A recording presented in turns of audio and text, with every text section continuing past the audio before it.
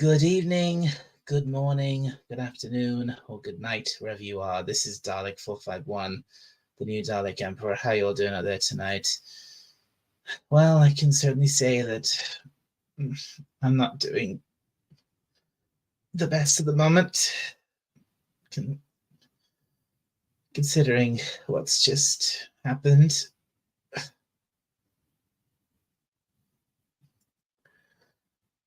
Oh my god. I've only just started. This is already really hard.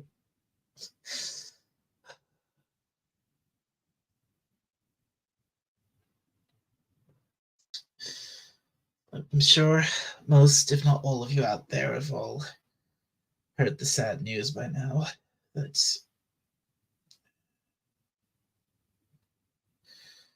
that that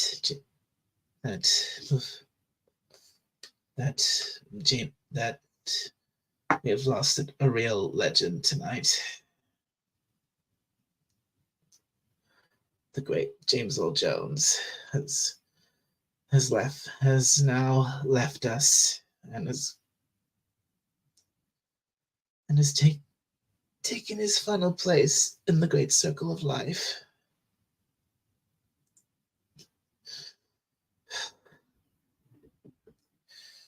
I know most of you, well, everyone out there knew him as, everyone knew him as Darth Vader. But for me,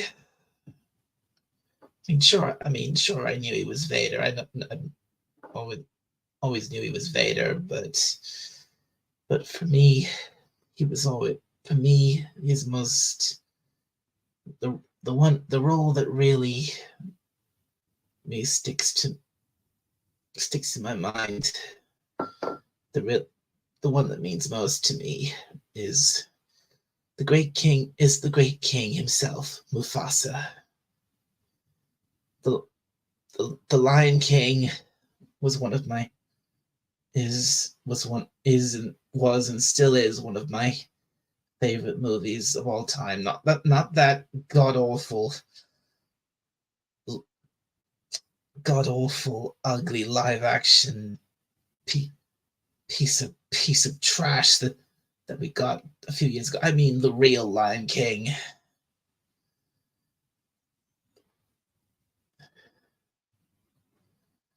I know he was in that one as well, the other one as well, but there's no replacing the original. You cannot replace the original Lion King, the original Mufasa.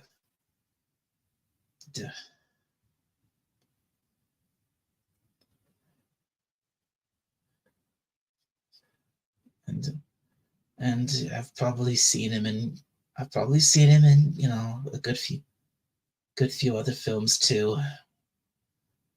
Another great film I've seen. I know he was in was Coming to America. That was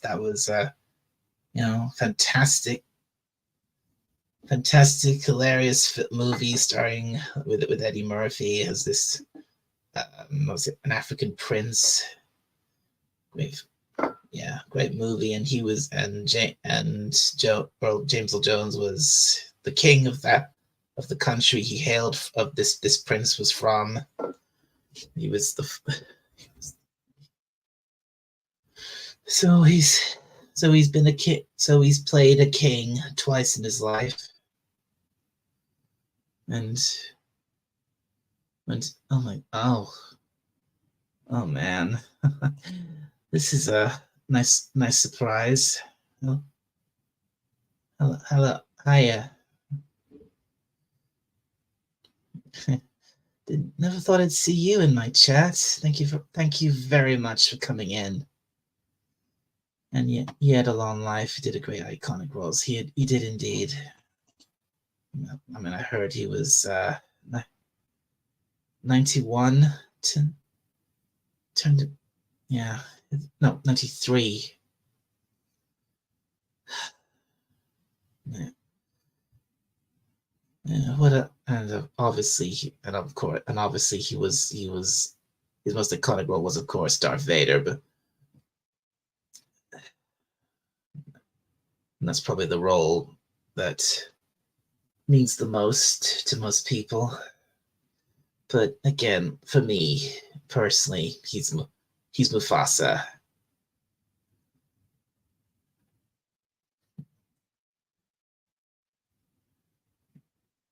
Always will be Mufasa, which is why I went.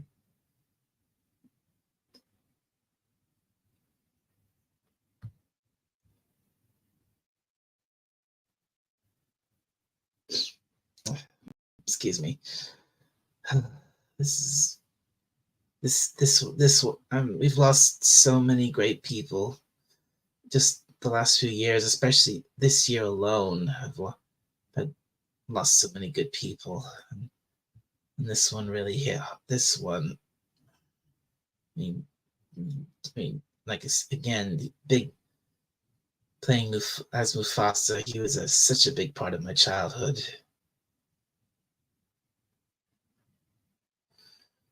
and just off to sleep.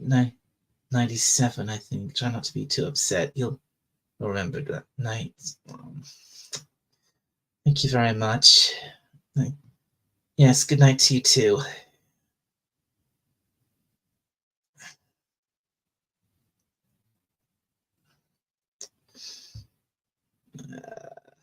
I don't. Yeah, that was very. That was someone very. There was someone very close to me. Anyone else who's watching, that was never seen her pop up in one of my live stream chats before, but I'm very happy she did. Thank you, thank you, Christine, very much.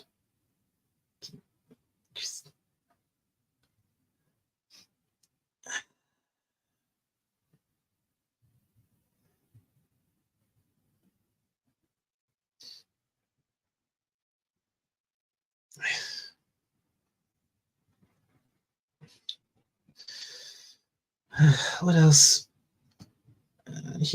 Oh man, he's been in so many movies. And I know he played at least was it 3 or 4 of the Star Wars movies. What else has he done?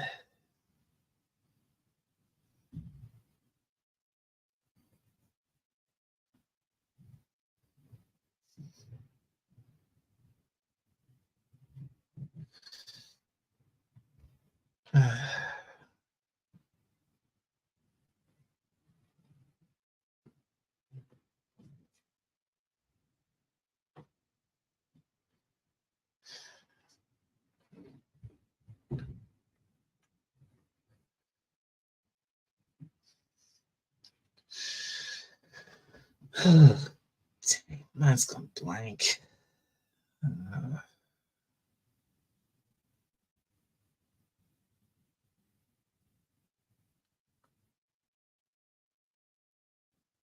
think what else he did. Coming to America, Star Wars, Lion King. Um,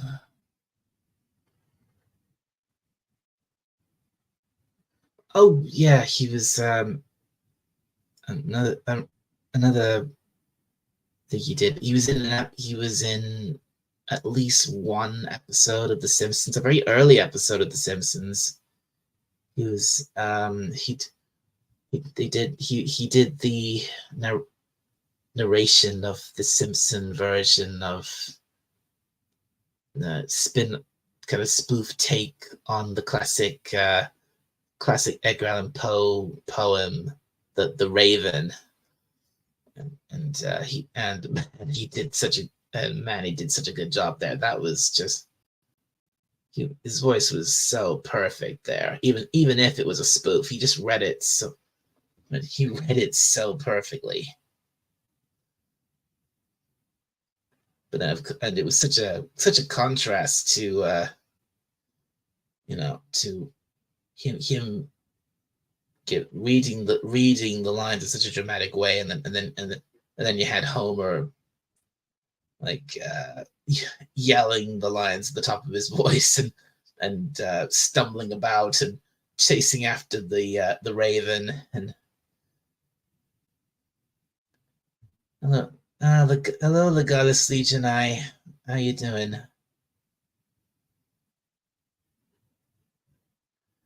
Uh, Christine, R.I.P. James Earl Jones. Absolutely, yes, absolutely. And just so you know, Christina's gone to she's gone to bed. The goddess. I don't think she's here anymore. But I'm very honored she popped in.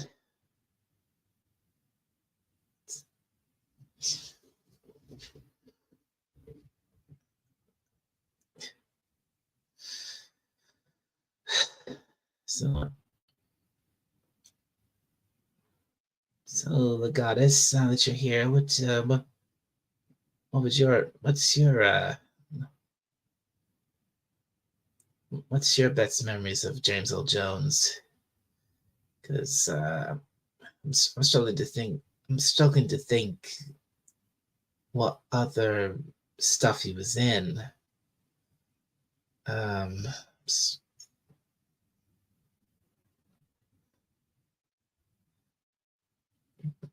did he do other voice roles besides Mufasa? Sorry about this, folks. I guess I'm a bit of a maybe came into this a bit maybe a little ill prepared because it was so sudden. Right, James Earl Jones was a class act, always was. Oh yeah, definitely. I didn't follow the guy that really follow the guy that or what he was doing that closely, but I knew he was a great guy.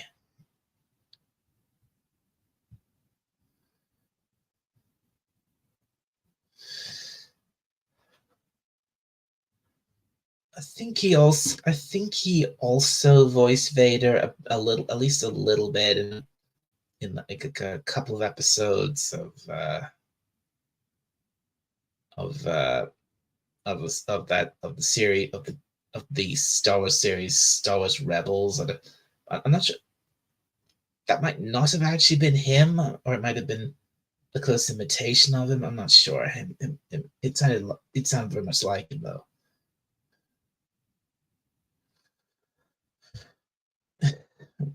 Thulsa Doom Conan in to his role in Coming to America to Hunt for Red October to voicing Vader. Yeah, he was in Hunt for Red October. Oh yeah, he was. Yeah, because I watched that once and he was in it.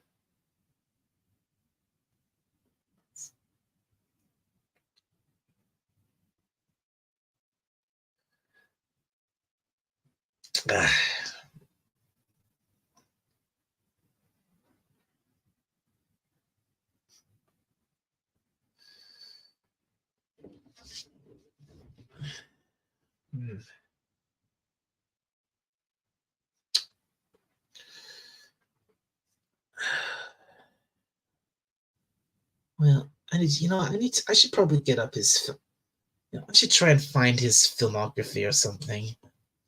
Hang on. Should have done this before I started.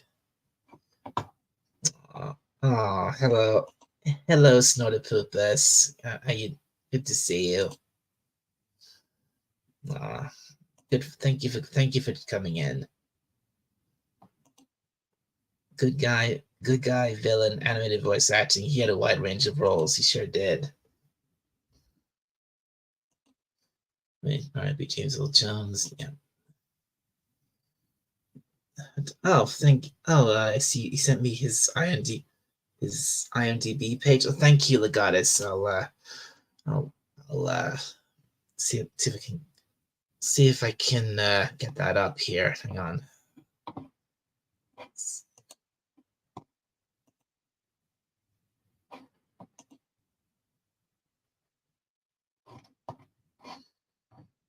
Sorry about this, folks. Let me just get this.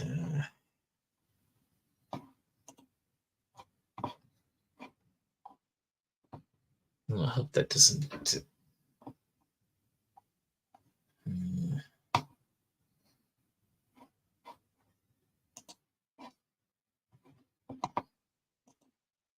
Okay.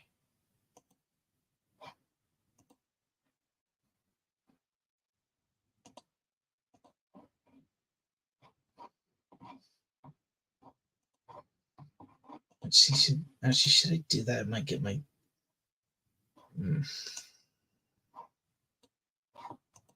This is tricky doing this, especially on a small laptop like this. Okay. No.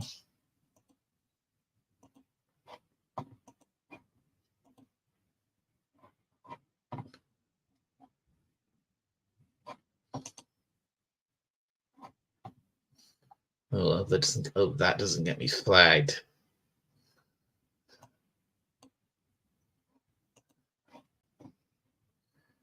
Okay. Yeah, James Earl Jones, 1931 to 2024.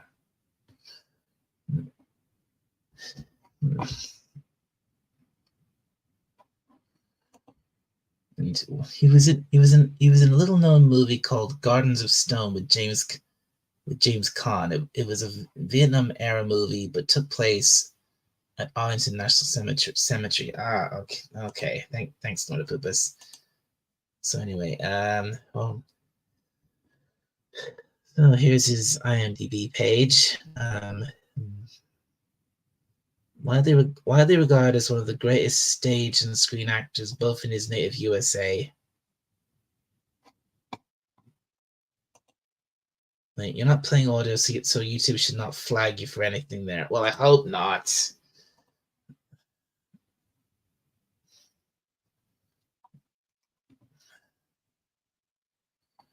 So yeah,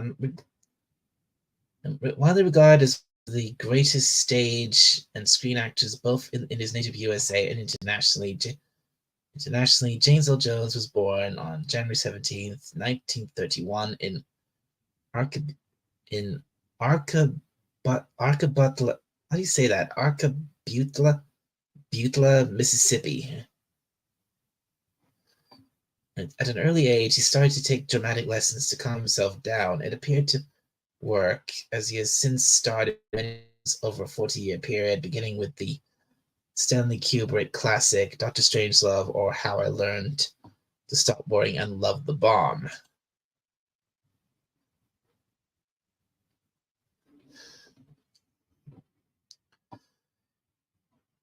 I Love the Bomb, 1964.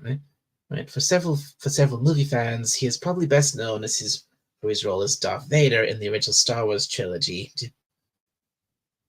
Due to his contribution for the voice of the role as the man in the Darth Vader suit was David Prowse, whose voice was dubbed because of his British West Country accent. In his brilliant course of memorable performances, among others, he has also appeared on the animated series The Simpsons 3 times and I was in that 3 times. Well, I knew he was in it at least once. And played Mufasa, both in the Lion King 1994 and the Lion King 2019. There. Less said about that, the better. While he returned too as the voice of Darth Vader in Star Wars Episode 3, Revenge of the Sith, and Rogue One. Okay.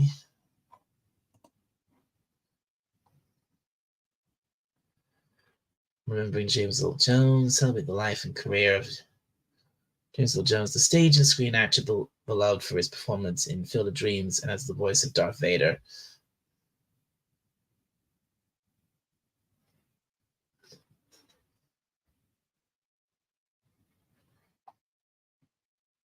Let's see. Okay. Here is credits. I think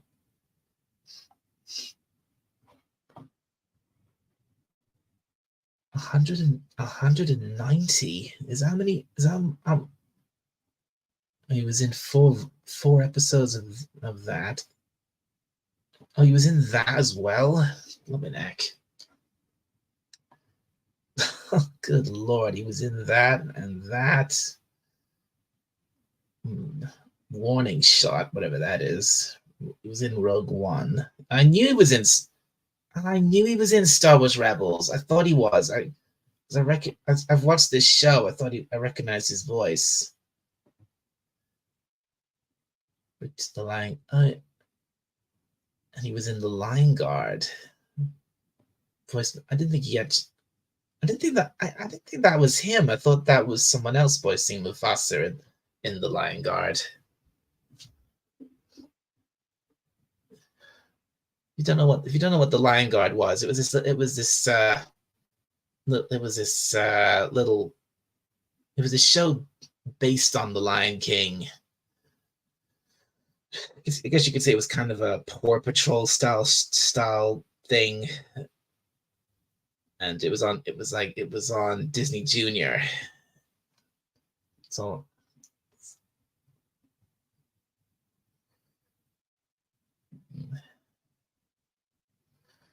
Agent X, great performances. The Angriest Man in Brooklyn. Oh God, he was in the Big Bang Theory.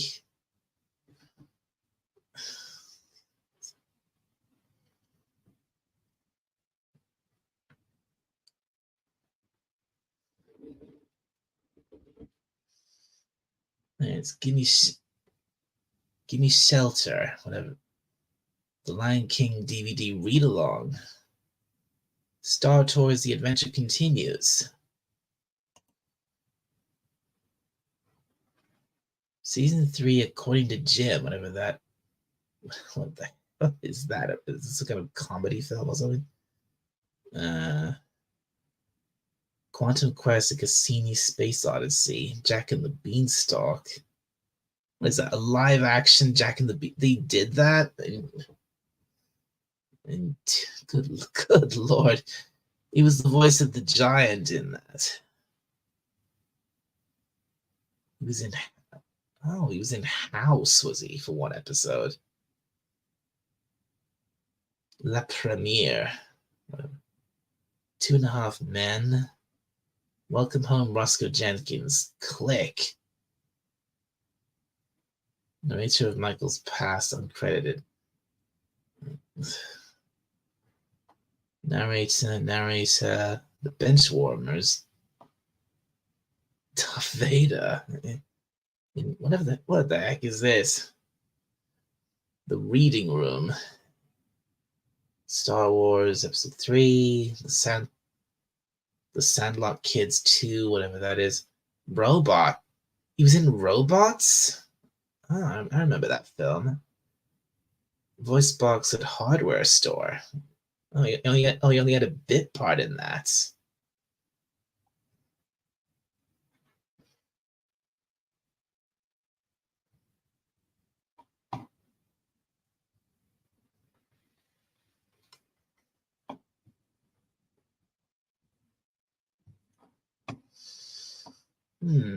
James Earl Jones reads the Bible, King James Version.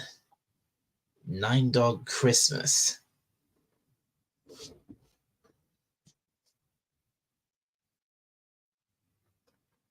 The Feast of All Saints. Oh my God, he was in a.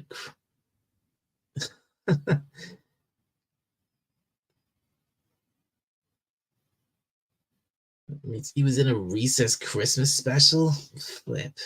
As Santa Claus.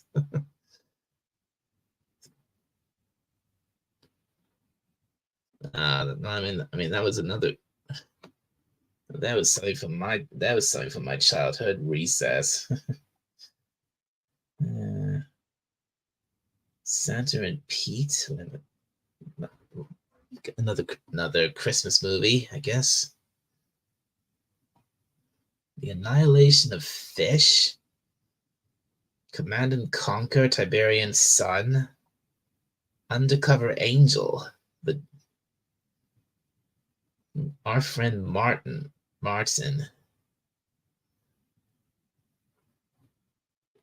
He was actually he was in the main show. And of course, he voiced Mufasa there. Primary scene, primary colors. Oh, he was in Merlin. Wait, is that an American series or is that the British one? It's there was a Monopoly Star Wars. That was a thing. What the Deaf Man Heard. Homicide, Life on the Street. Gang Related. Stargate SG-1. Casper. Oh, he was in that too. He was in that Casper. He was the voice of Kibosh. Oh wow! I should have known. But who dares summon Kibosh?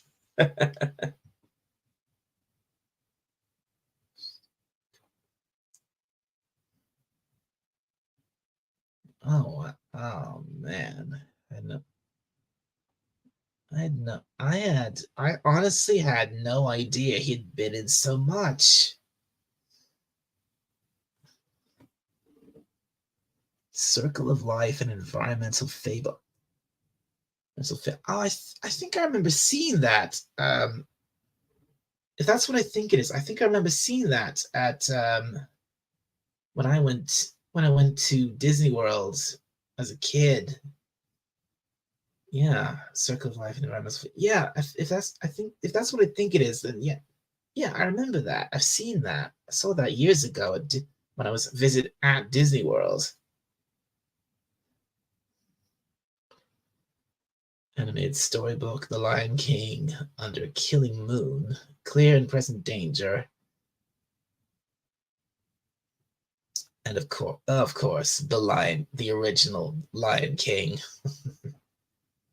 Yeah, great. I'll always love that movie so much. Lois and Clark, The New Adventures of Superman. He was in that. Wow. He really has been in a lot.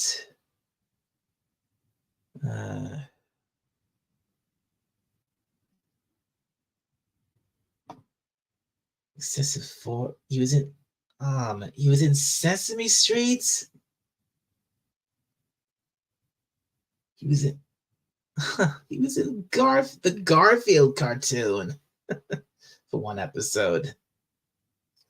Yeah, yeah. I remember all this. I remember all that stuff. What else was? Let's see. Gabriel's Fire, Terragram, The Ambulance,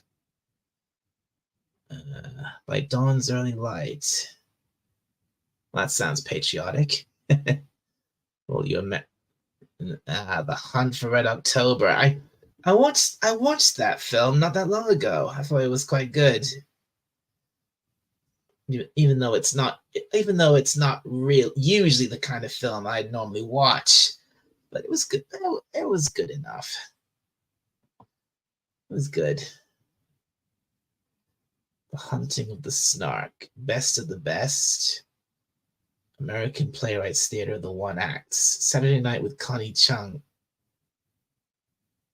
Teach 109, Field of Dreams, Three Fugitives, L.A. Law, Coming to America, classic, absolute classic.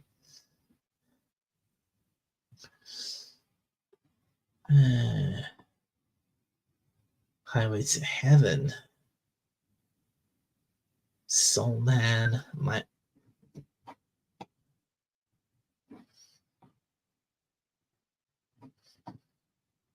Yeah, this really is impressive, folks. The Flight of Dragons. Oh, is that an animated movie?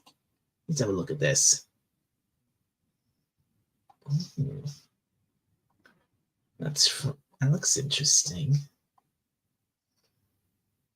A very old animated movie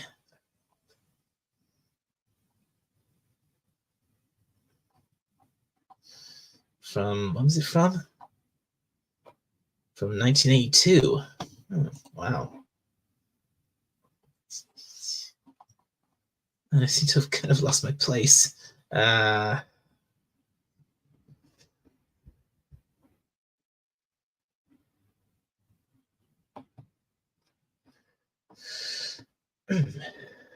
that's gone back a little too far.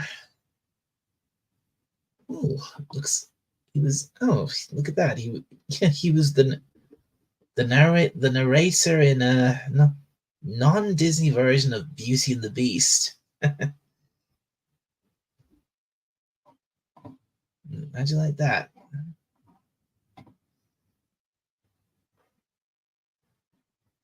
Back to Star Wars.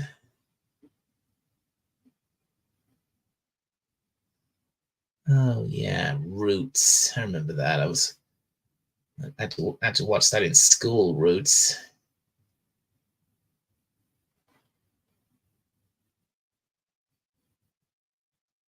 Exorcist 2, eh? What else was in here?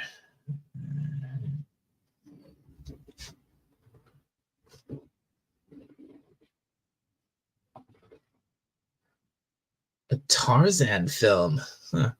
No, a Tarzan series from from the sixth from 1967. Hmm. Character called Nerlin Chief Bella. Hmm. East Side, West Side. There's Doctor Strangelove. And looks like his first credit was a TV series called The Guiding Light, which wow ran from 1952 to 2009. Wow, that ran for a long time.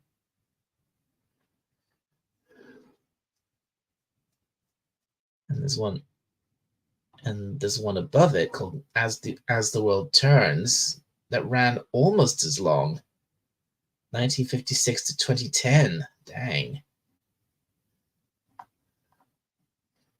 Now, that's something I'm interested in. I know he was in at least one episode of The Simpsons, but I want to see what the other two episodes were. Um, I've lost it now. Simpsons started in 1989, so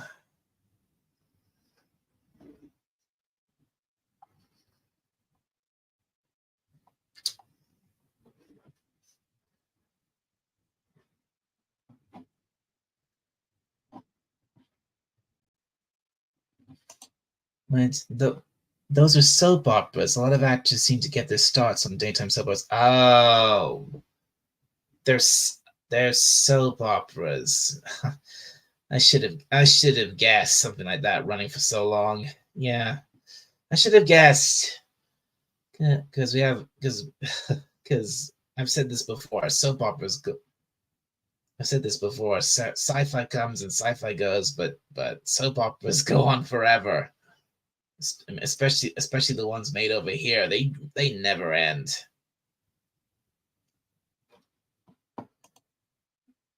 And hello, Fist for forever. Hey, John Randall. Great to see you.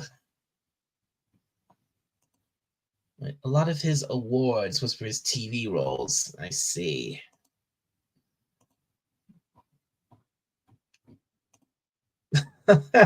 Oh yeah, Coronation's still going strong. Believe me.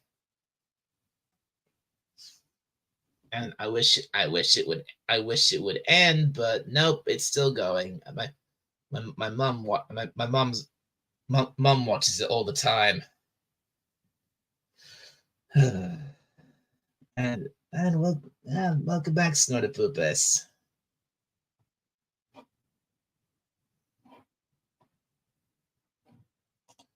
Wait, wow! I remember when that was in black and white. Yeah, it's been going for over. That's been going for over 50 years. Coronation Street, and it's still going. It's no showing no signs of it. No signs of ending. Sad, unfortunately. Like I said, my mom enjoys Coronation Street. She's always watching it.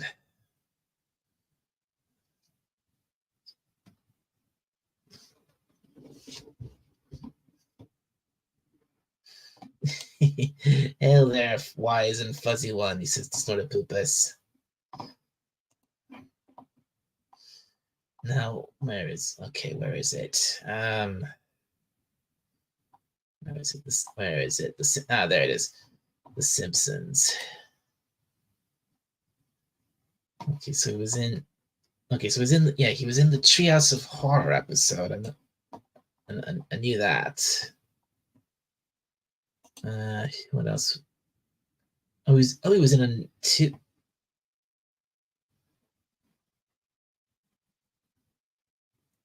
Voices. He was in he was in Treehouse of Horror 5. Oh yeah, of course he. Oh yeah, of course he was the voice of.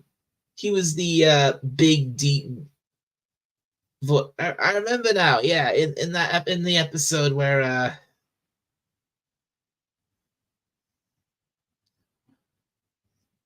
he was in. It was the episode where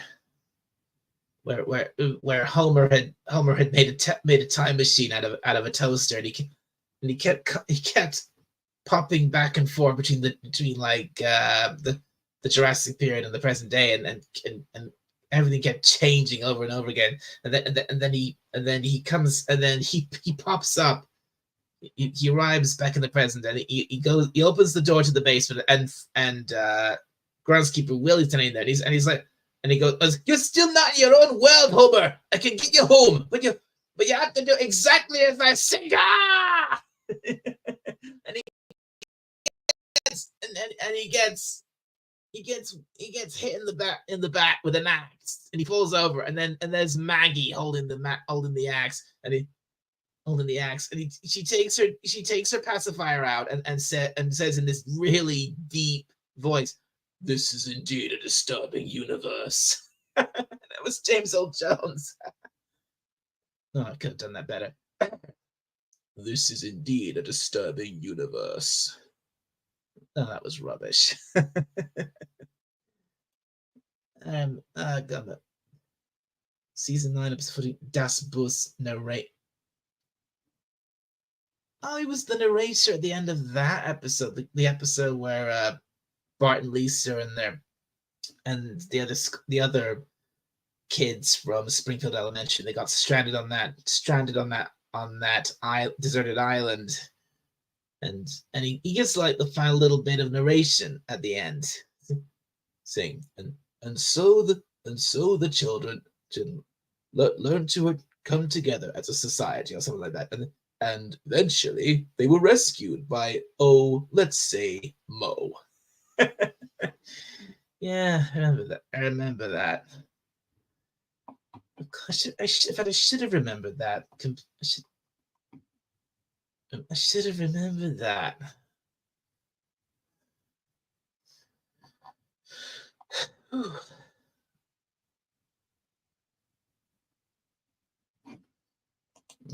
You're feeling more fuzzy than wise tonight. Sorry, put this. Oh, why is that?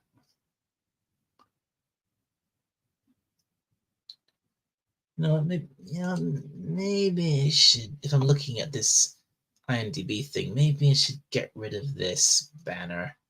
That's better.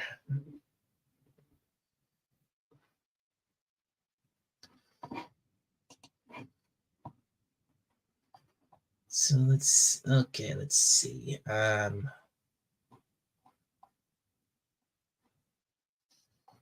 saw he was in that. Uh, oh, I've lost it. Oh, damn. That's better.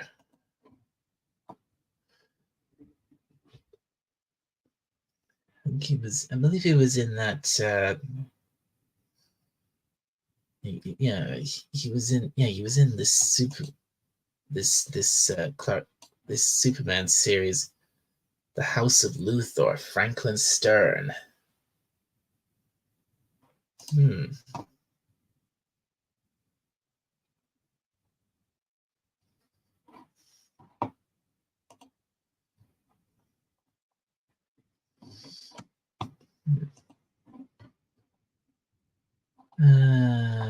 Maybe I should look at the rest of look at the rest of his bio. Let's see.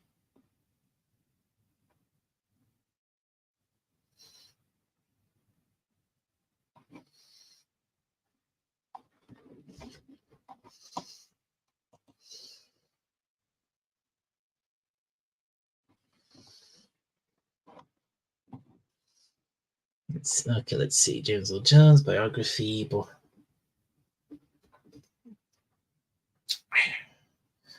Born January 17th, 1931. Archibutler. How do you say that? Mississippi, USA. Died September 9th, 2024. Dutchess County, New York, USA. Undisclosed. Nicknames Todd, Jimmy, Jim. Height 6'1",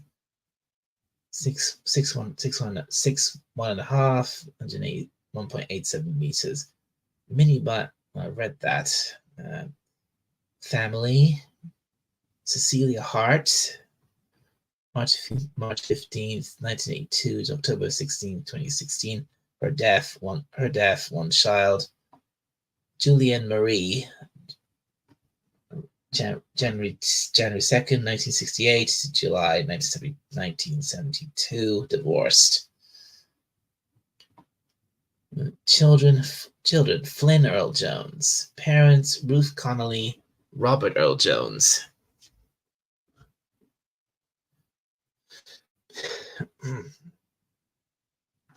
Trademarks. Famous for his deep, authoritative voice, used most famously for impressive roles as leaders like Darth Vader in the original Star Wars trilogy and Mufasa, both in The Lion King and Lion King 1994 and Lion King 2019. Unmistakable, contagious laugh. Dark navy blue eyes.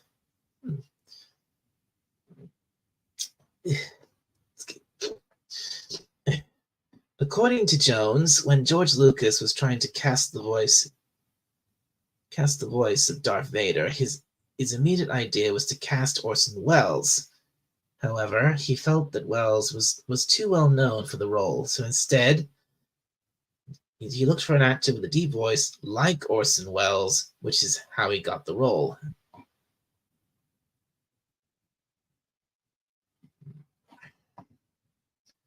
But he used to use Darth Vader as his handle on his CB radio, but stopped when it was frightening people. Oh dear. That's not very good, is it? Known for his humility, he declined to have his name appear on the credits of both Star Wars Episode 4: A New Hope and Star Wars Episode 5: The Empire Strikes Back, claiming that he felt his contribution wasn't significant enough to warrant a credit. He did agree to have his name appear on the credits of Star Wars Episode 6. No, Episode 5. No, Episode 6. I keep getting that wrong. Episode 6, Return of the Jedi. Is a United States Army veteran and former member of the 75th Rangers Regiment. And had a stuttering problem as a child and spoke very little, still struggles with the problem, and says he has to think about what he says carefully before saying it. Impressive, since he has known widely for his voice. Indeed. Quotes from James Earl Jones, Voices and Silences, page 360. My voice is for hire. My endorsement is not for hire. I will do a voiceover, but I cannot endorse without making a different kind of commitment. My politics are very personal and subjective. But if you take a villain like the Tulsa Doom or Darth Vader and have fun, like Tulsa Doom or Darth Vader, and have fun with it, that destroys the credibility of the character. And when I read that part in the script where it said, "Luke, I am your father," I thought he's lying. I have to see how they carried this lie out.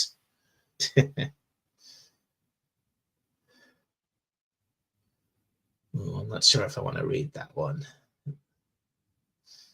On the Iraq War. All people have to be prepared. If we are going to be the police, we also have to be the guardians.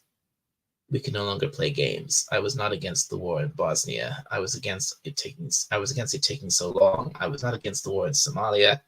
Again, it took too long, and we didn't finish the job. We should have stayed and finished the job. About this pending war, I just think we should have finished that war the first time.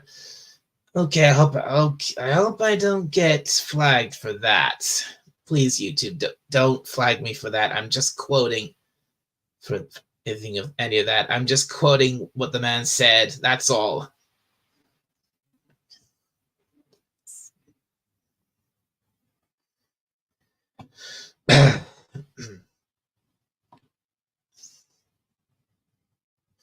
But on the terrible stutter he suffered from as a young man, one of the hardest things in life is having words in your heart that you can't utter. That is sad. And I was surprised. John First Five ever says, I was surprised when he wasn't the narrator of the Star Wars record album back in 1978. Roscoe Lee Brown was. You can always put a fair use into the description.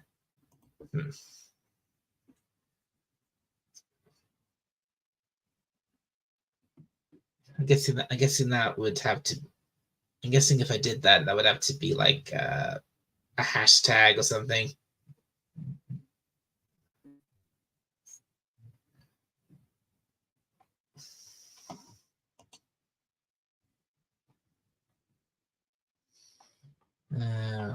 There's not much else here. Coming to America, 1988, $900,000. Star Wars Episode 4, New Hope, only $9,000. Wow, he was paid up. He got paid 100 times more for his role in Coming to America than he did as Darth Vader. His first time as Darth Vader. Wow.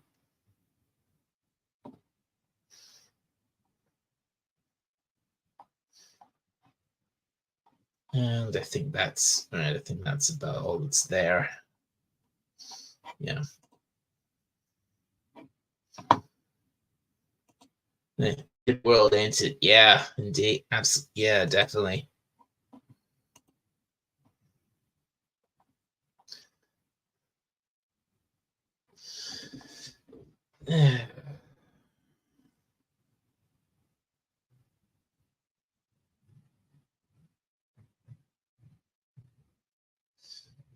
Well,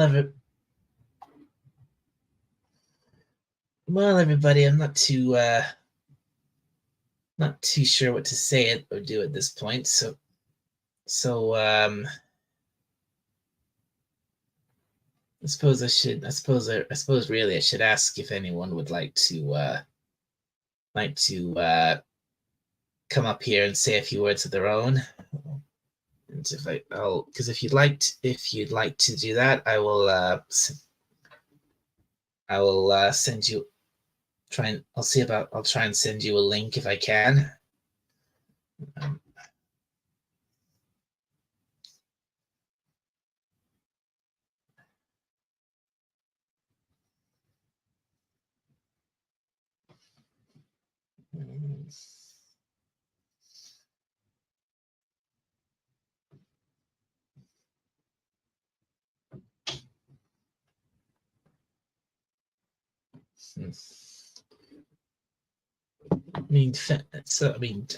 Fez, would you like to come up? Man, I know Snortopoopas or the goddess and the goddess won't come up here because they never do. The goddess Legion I says copyright disclaimer under Section 107 of the Copyright Act of 1970s. Oh, that, yeah, I've seen. Allowance is made for fair use for purposes such as criticism, comment, news reporting, teaching, scholarship, and research. Yeah, I've seen. Yeah, I've seen that. I've seen that in videos before. Right. Fair use is a use permitted by copyright statute that might otherwise be infringing. Non-profit educational or personal use tips the balance in favor of fair use. Right.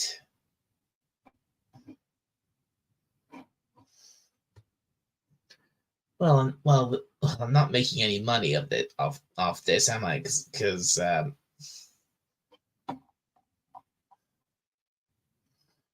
not making because one, my channel's not monetized,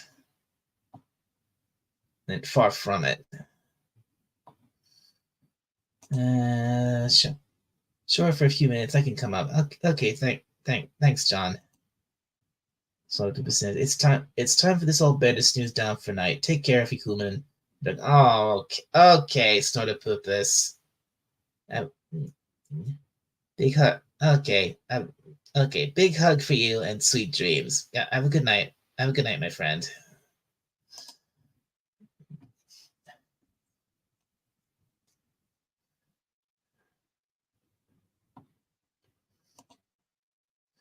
And I have to make that into two chats. So if you concerned, put that in as we were talking about fair use, right? I understand, goddess.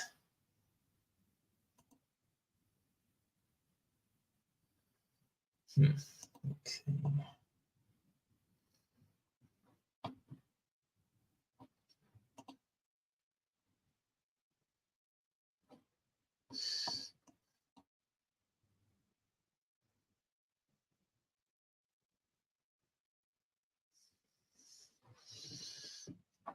All right.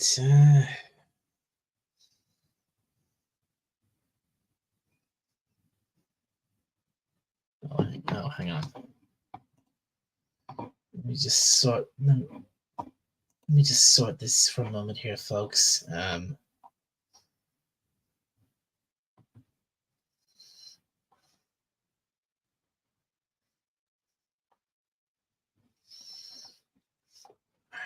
is it?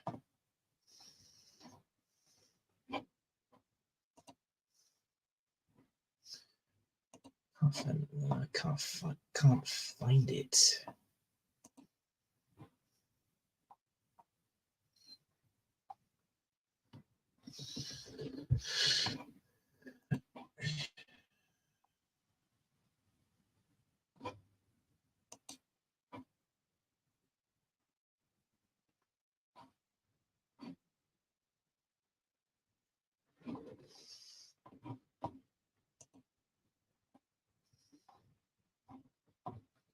Ah, there it is.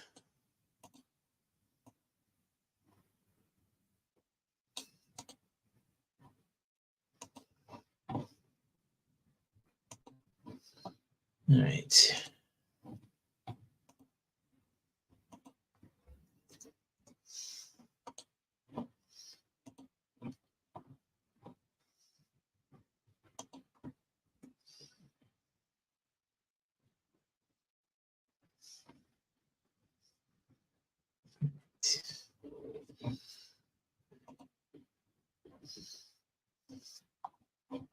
Right. It should.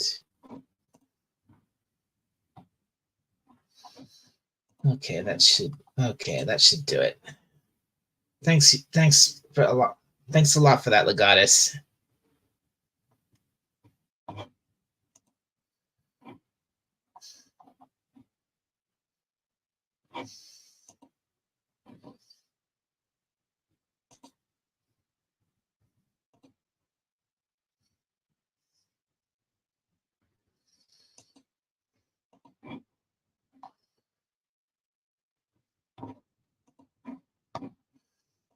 gives me a thumbs up. Right. Anyway, I better send John that link if I can find him. Um,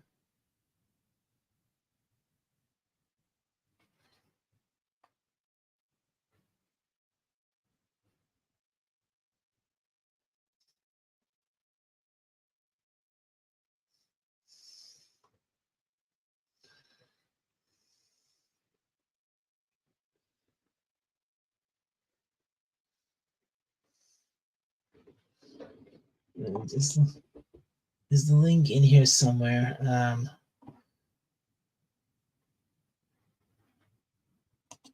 You're missing a what? Oh, I see a chain link. Right. You're not on Twitter at all. Oh, I see.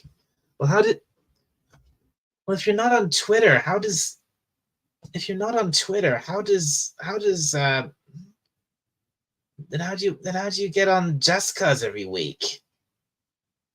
Does Raymond email you the link or something?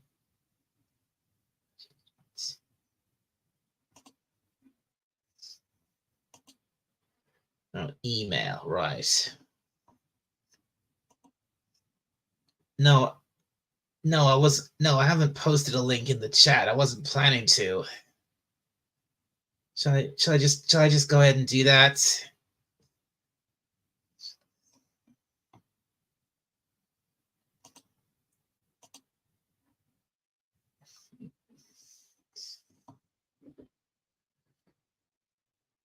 I suppose I may as well just I suppose I may as well just yes, that would be fine. I think that would I may as well I suppose I'll post the link and then once you yeah, that's what I'm thinking of doing. Like yeah, that's what I'm thinking of doing, the goddess. I'll post the link and then I'll delete it once Fez is up here. Okay.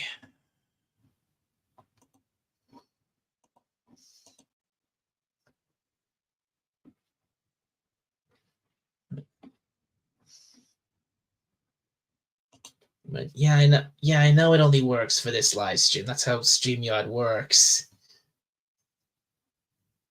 And oh, hello, and hello, King Spider-Man. Yeah, and yes, unfortunately, yes, James Earl Jones has passed away just tonight. Yeah. Anyway, I should.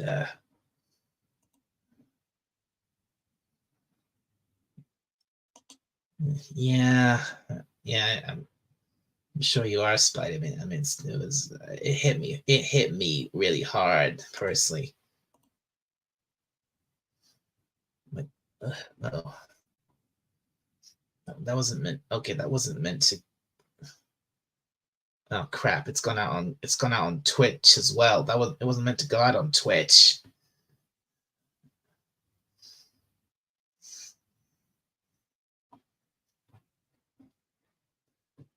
Oh no.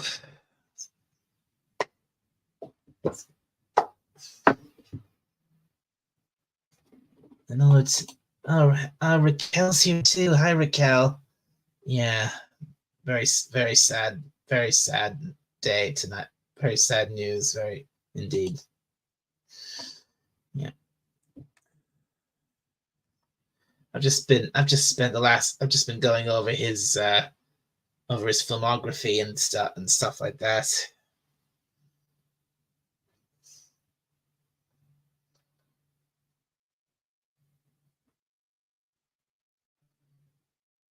Anyway, if you're still out there, Fez, the StreamYard link is in the chat. And if here we go. You there, Fez? You there? Hello. There you are. Yes. Oh, let me get rid of that one. Okay, there we go. No echo now. All right. How you doing, Alec? Eh, a little bit. Think doing a little bit better now than when I started because just starting this stream was really hard. Uh, yeah, Yeah, these technological thingies always kind of throw me for a loop. But that's not what I meant. oh, the yeah, yeah, Yeah, I that mean, too. I From a, almost broke. from from an emotional standpoint. I was almost cracking up as I was Uh, trying to as when I first started this. I was trying to speak. yeah, yeah, those things, and I mean, a guy like James Earl Jones, a dignified man, great actor, great voice, which goes without saying. Oh yeah, You know, absolutely. and really a guy who embodied what the old school star was in Hollywood. You know, Hmm. So Dawn's early night. So this is him in Early Lights. mm-hmm. But oh man, Yeah, That's Dean Stockwell. yes, it is. Another good actor. Oh yeah, fantastic actor. I enjoyed him. I liked him in that Dune movie too. And first thing I saw him in was Quantum Leap. Oh yeah, that's how. Me too. I mean, he was fantastic as he Yeah, was iconic as Al in Quantum Leap. yeah, and he made it fun. But hello, Canadian Spider-Man and Raquel. How you doing? That's weird. It doesn't seem to. It's out there, but it doesn't seem to work. I didn't read his last Spidey's last comment. A Family Matter was a good movie he did with Robert Duvall, and it had me on the floor laughing in places. Yeah. And what was The Hunt for Red October? He was great in that. Small part, but a great performance. Oh yeah, How for Red October. Yeah, he was in that as well. Yeah, I have seen that film. Not that long. yeah. I watched it. Not that long ago. I think it was. Yeah, I think I managed to track it down on Netflix one day, and I just watched it. Mm-hmm. Jesus Yeah, of that was the Nazareth. only Alec Baldwin movie I ever liked.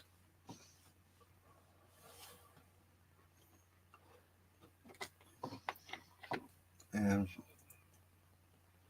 is that Okay. Field of Dreams? Or Does no, anyone else, that's a different one. does anyone else wish to come up and come up and speak before I remove the StreamYard link?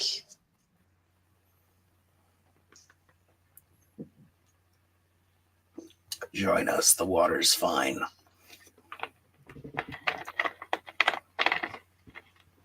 Actually, it's still Diet Coke or Pepsi. Yeah, same thing.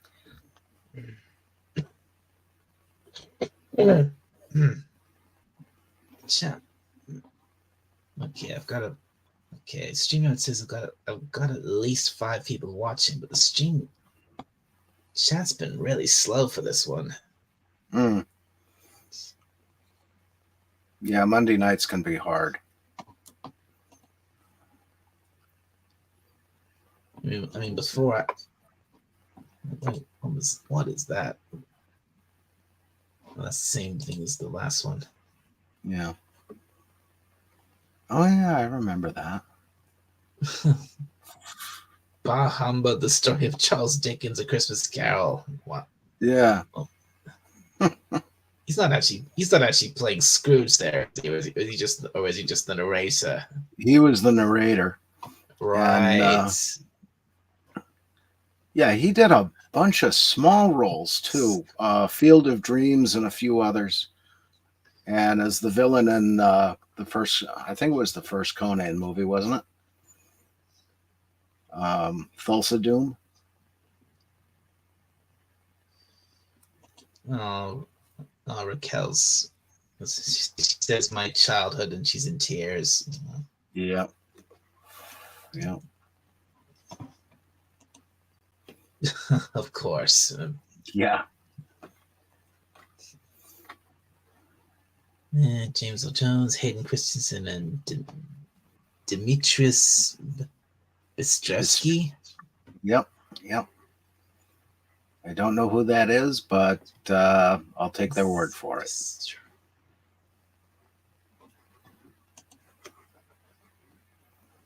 Same picture from the same movie.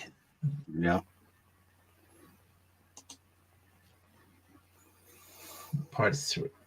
That's Revenge of the Sith. Is it? It okay. Yeah. It says part 3 here. Yeah.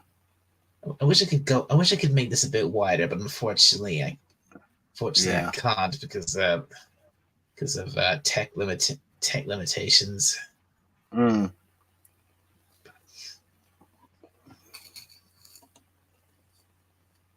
Oh, that's right. Baldwin was in Beetlejuice. A family thing, 1996. Is this a TV show or a film? I think it was a film, but I don't think I saw it.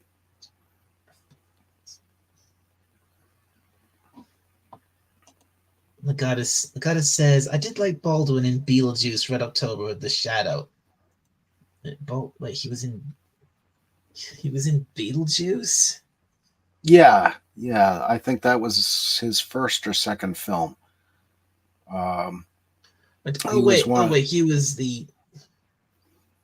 was one of the two ghosts, the Maitland family. Oh right. He was right. He was one of the two. He was that married couple who died in the film. Yeah. Yeah. Canadian Spider-Man says A Family Thing was a great and funny movie. Okay, it was a movie. Raquel says, just want to stop by here for a bit. Have a good night, y'all. May James Earl Jones rest in peace. Yeah, absolutely. Yeah. Have a good night, Raquel. Good night, Raquel. Yeah, strange. Okay, yeah. Again, anyone else want to come up and join the panel? Well, please do so. This is my this I think this will be your last chance to do so, because if no one else comes up, I'm going to remove the link. Yep. Let's see what's next. James Earl Jones in Clear and Present Danger, 1994. Yeah, I'd forgot about that one.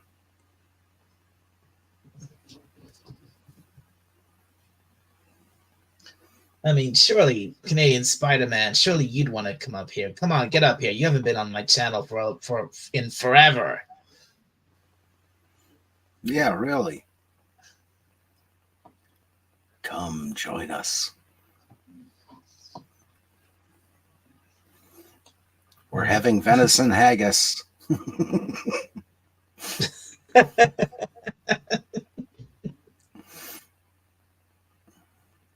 Yeah. And that was what? Coming to America? That's the that's the second one they did. It's not the original. Oh, okay. Yeah, I saw the original one. That was good. It is. The original one's great. Yeah. Oh, okay. It's Canadian Spider-Man. I see. I'm cooking dinner at the moment, but I would like to come up. Okay. Okay, Spidey. Yeah. I can't remember. What was it? Where was it he was born? It had a very hard to say name. Ah, I think it was somewhere. Uh, Hang on. I have to exit the pictures. mhm. Um, oh, it's jump. God, why is it doing that? It's jumping on me. Oh, there it is. Arkabootla. I don't know how you. I have no idea how you say that. Arkabootla or Butler, Mississippi. Yeah. Yeah, that'd have to be Arkabootla. Mississippi. Wow. 1931. He's older than my father. January 17th, 1931 in Arcaputla, Mississippi. Yeah. Wow. So yeah. All the way to Hollywood and then the world itself. Huh.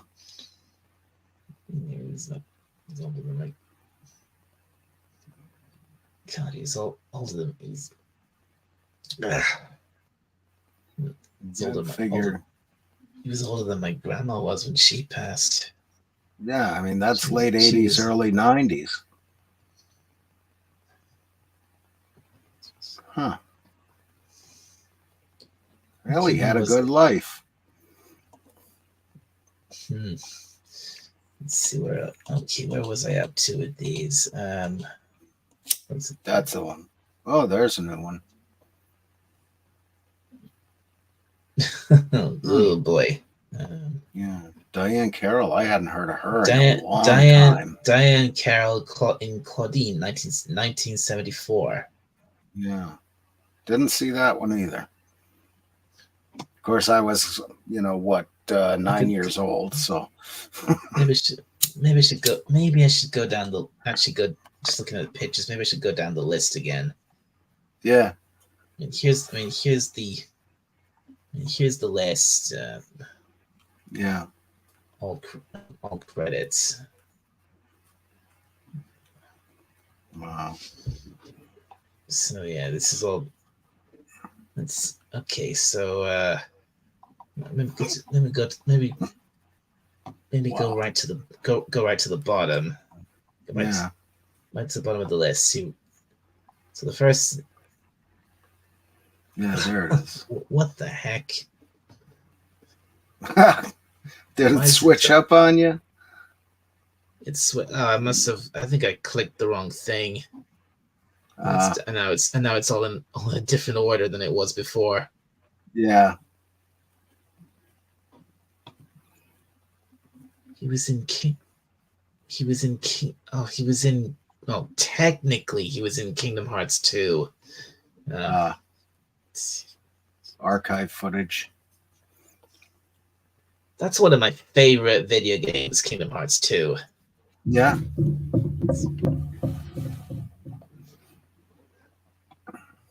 I went too far. This there you go. These are all his shows and films. This is archive sound. Yeah. That's where I got confused. Okay. Yeah, IMDb is not the easiest thing in the world either. Why is the Nostalgia Critic listed here? Oh my God. Wow. What's that archive here? footage. That's just a stupid YouTube series. Why is it Death Battle? Again, why is that here? Why is Death Battle on here? Gotta wonder. Of course, I don't know who runs IMDb, so it could be three monkeys in a cage. Do you even know what Death Battle and the Nostalgia Critic are? No, it says it's TV series, but they're not TV. They're not TV series. They're YouTube series. Are they? Yeah. Weird.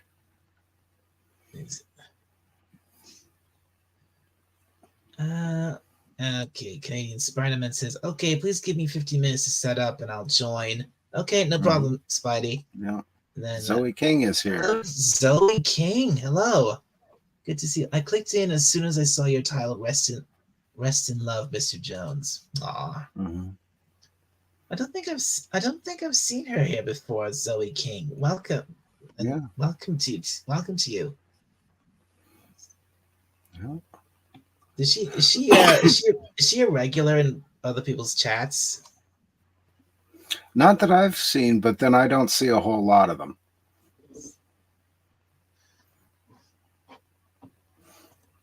Anyway, where was I?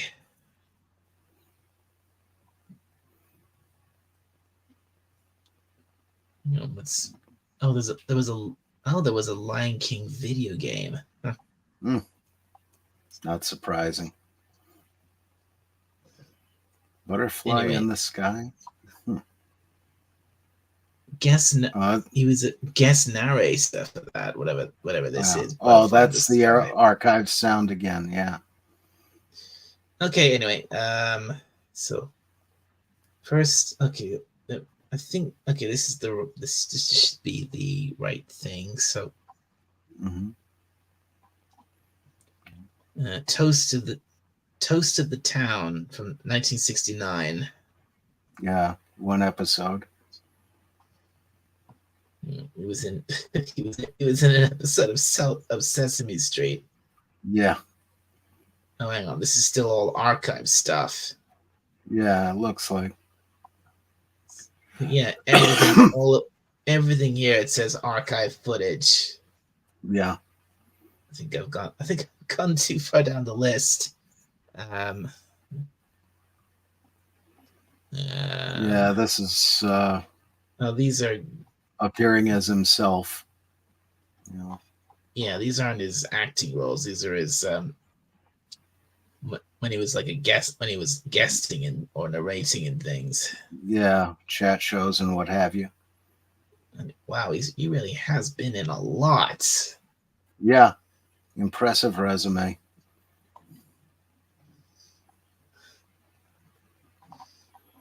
I think I suddenly got all this because I like clicked all credits, and now it's Yeah. showing me literally everything he's been in. Yeah. Soundtrack. Thanks. Yeah, thank Le Yeah. Premiere, special thanks, Conan, the Rise of a Fantasy Legend, special thanks, Emperor Dreams, the story, Empire of Dreams, the story of the Star Wars trilogy, special thanks, Mm-hmm. Page Games Up Close, special thanks, King of a Filmed Record, Montgomery to Memphis, particular thanks for contributing their talents. Yeah.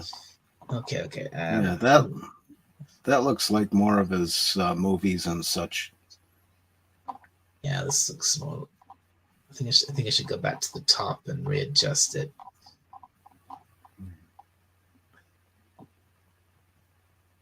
Here we go. So actor, archive sound, soundtrack, self, thanks. Yeah. Archive footage. Yeah, I got the full list of everything he was in. Yeah. Just click on actor. Yeah. Here now I think now it's just all of his films and TV shows. Like,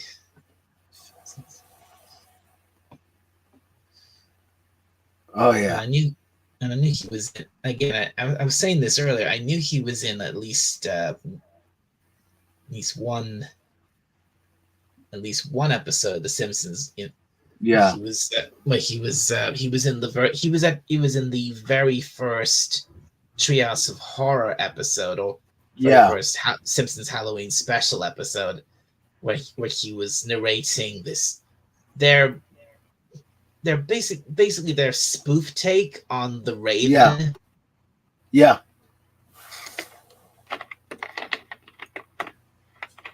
That was back when it was good. Oh, absolutely. That's short. It's only like it's only like 5 minutes, but it's absolutely brilliant.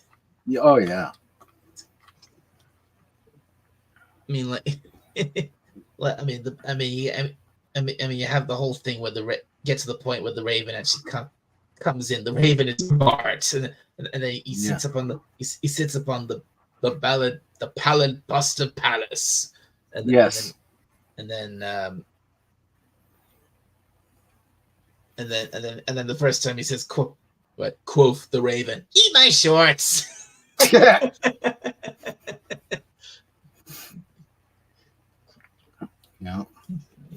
And then the Raven goes home and his wife says, furthermore, instead of nevermore. Oh dear. God, that really was so good. Yeah. Well, didn't he do Kang and Kodos also? Or No, he didn't. Was that the No, other one I'm thinking of? he didn't. No, he didn't do Kang and Kodo. So that I can see why you might think that because Kang and Kodos also had very deep voices. But no, that wasn't. Yeah. That wasn't him. That was Phil Hartman. Who? I'm not. I think it was. Oh, what was his name? The guy. This guy has been on The Simpsons for like many years. Yeah, I think it was Phil Hartman. Phil Hartman. Yeah, he's the one his wife killed him, and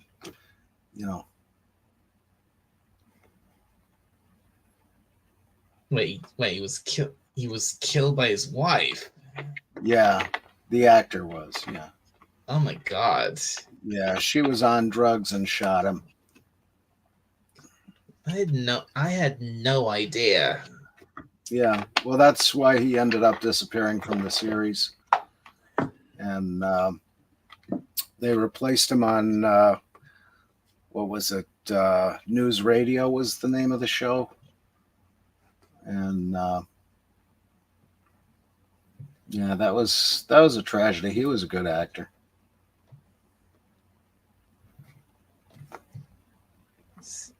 Okay, I'm just looking this up here. Kang and Kodos. Sure.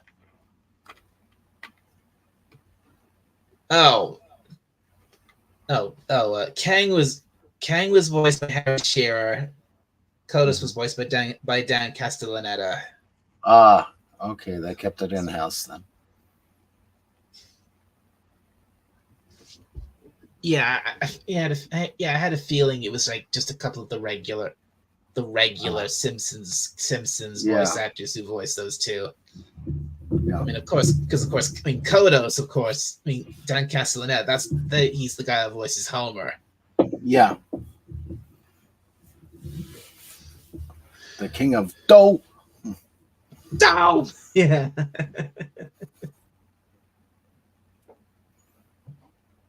And Zoe King says, "I'm completely new." Oh, great! Well, awesome.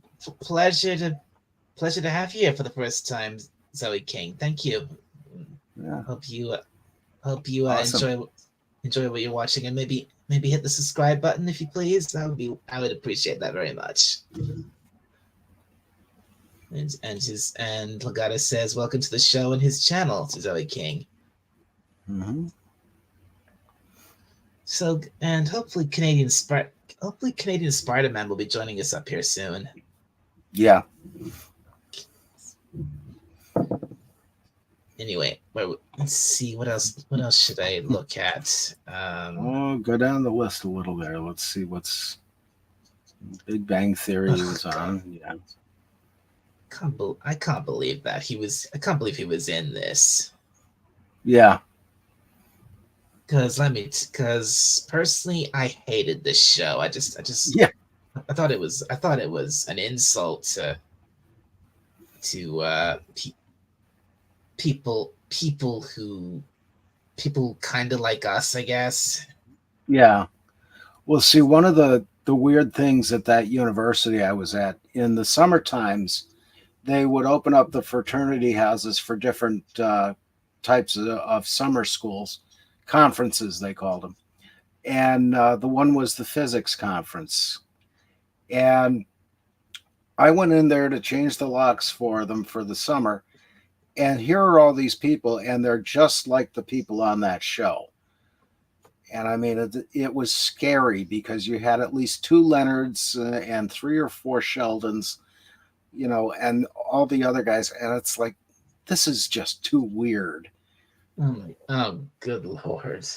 Yeah. Chief Judge Finity is here.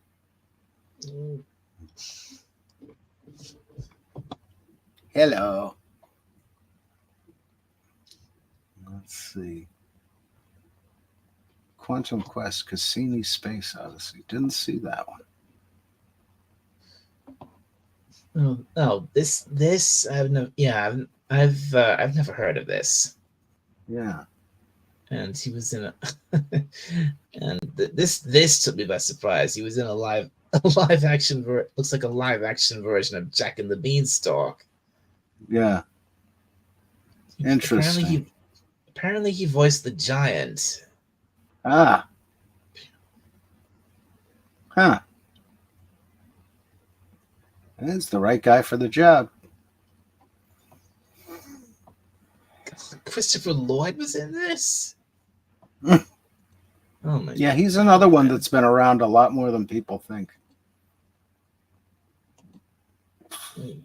God, how old's he now, Christopher Lloyd? Oh, he's got to be in his 70s at least.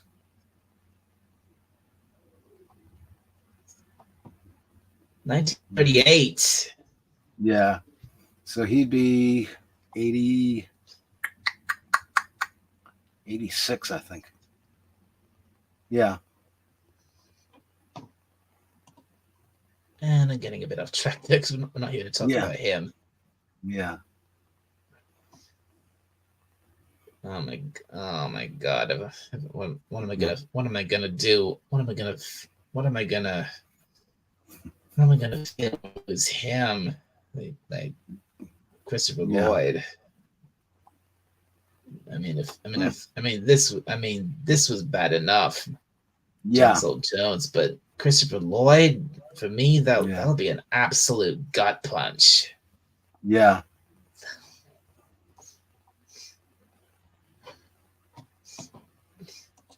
Anyway, let's get back to the list here. Yeah.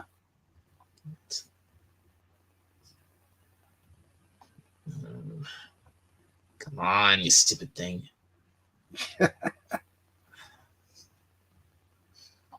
Okay, let's see.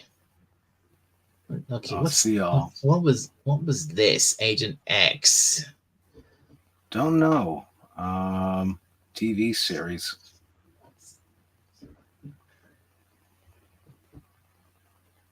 Let's see. TV played a character called Chief.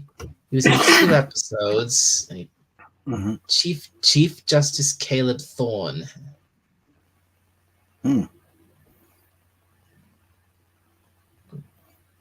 Yeah, I stopped watching regular TV some time ago. I don't blame you at all. I've done. Yeah. No, don't normally bother with. I don't normally bother with regular TV over here either because it's not. I mean, you might get the odd good movie on ITV every once in a while, but for the most part, it's just what we get here. It's just boring daytime rubbish. Yeah, that, and I keep hearing from different YouTubers channels about what the BBC has become, and it's not impressive. Oh no. Let's see. Bench warmers. No.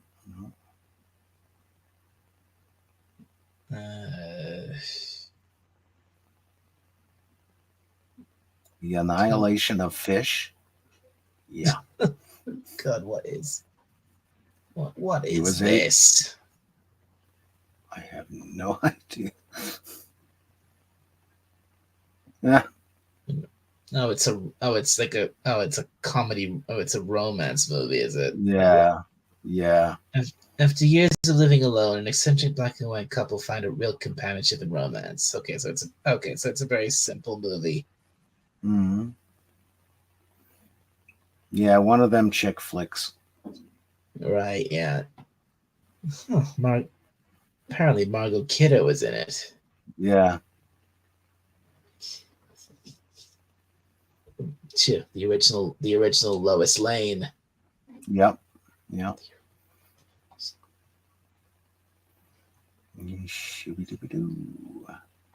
Dang, this list keeps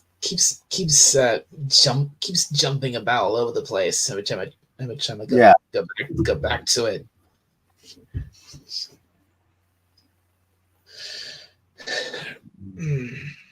Stargate Casper. Oh, and King of Spider says, I'm almost ready from a remote location in my RV. Oh wow. Mm-hmm. The goddess says, I had cut my cable over a decade ago, and I don't do the streaming.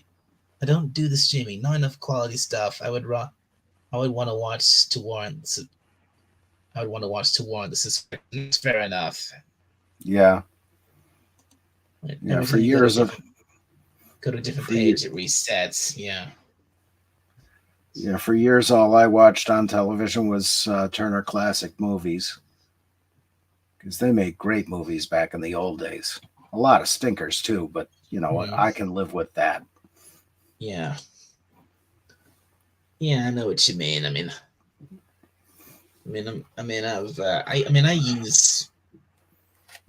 use several different. I actually use several different streaming services. Particularly. Some of them are like local ones. Yeah. I watched old episodes of Top Gear on BBC iPlayer. And there's another one called ITVX, which has all the old Jerry Anderson shows. So I go in there and watch those. Yeah. There was a show they had. It was different teams of people would go into a junkyard to make something out of the junk, and I can't remember the name of it. It was a really good show. That sounds familiar. That sounds very familiar. I'm sure of. Yeah. I think it's. Wasn't it called Junkyard? Scrapyard Wars or Scrapyard Challenge or something like that? Something along those lines. Good show, though. I'm sure. Yeah, I think they had that show over here as well. Yeah, well, it was produced in England. Right. Yeah. Yeah, I've definitely heard of this. It was what was it called? It was Scrapyard Challenge or Junkyard Challenge, something like that. Yeah.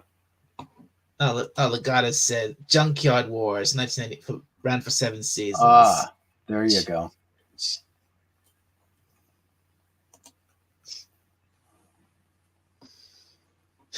I mean, speaking of making things making things out of scrap to compete against each other. Have you ever heard of Robot Wars? Yes. There were some interesting episodes, especially in the early days of it. God, that show was awesome. I loved it as a kid.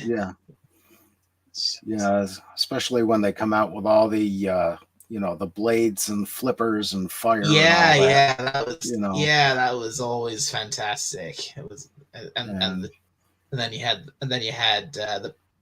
all the perils inside the arena, and you had the house robots. And they had these really awesome. They looked awesome, and they had these awesome names. Like there was one with a flamethrower called Sergeant Bash. Yeah. And then there was this really big, bulky one with a huge claw and a giant metal spear, whatever it was, and he was called Sir Killalot, and he just looked an absolute. He was just an absolute beast. Yeah, and that was an interesting show because my nephew, when he was in high school, him and his robot club would watch that, and they would make robots. They got into a state competition, And it wasn't a robot wars thing, but it was who makes the best robot that does something. Oh, But really? yeah, that got him interested in machinery and machining things, and he's worked in the well, he went to Johnson Tech for machining, and then he was a machinist at Steamtown. Now he's the shop foreman. So Nice. that was a big step on his way to the career. I see. Wow. Yeah, but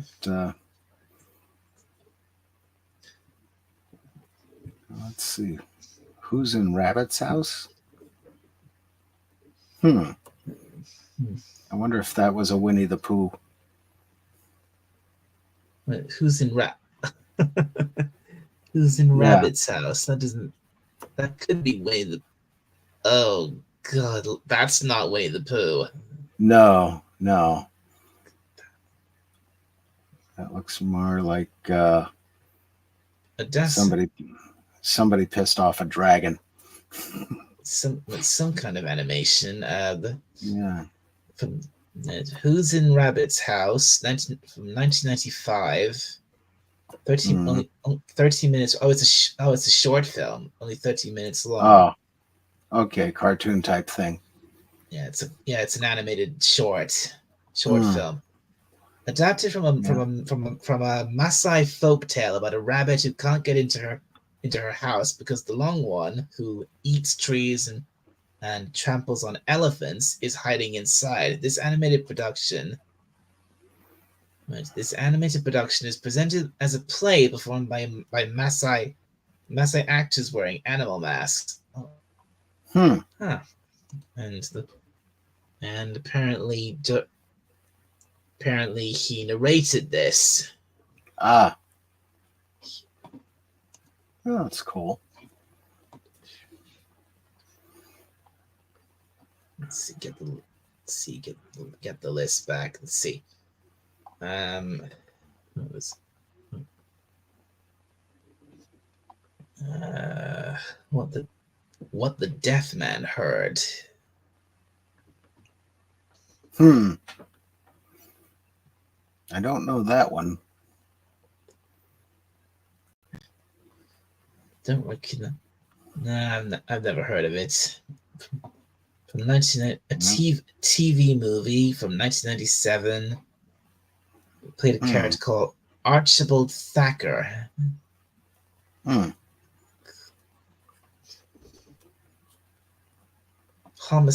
Homicide, Life on the Street. Yeah. That was another show like Law and Order. Oh, he was in an episode of Stargate. Huh. Doing a voice role. Yeah. I wonder how much he was charging for that. Whether it was by the word or by the line or. And I've seen. I think I once saw this film, Mhm. this Casper film. He plays this basically this really. I think he was like the boss of all the ghosts. He was called Kabosh. Ah. Huh. I remember the old Casper the Ghost cartoon.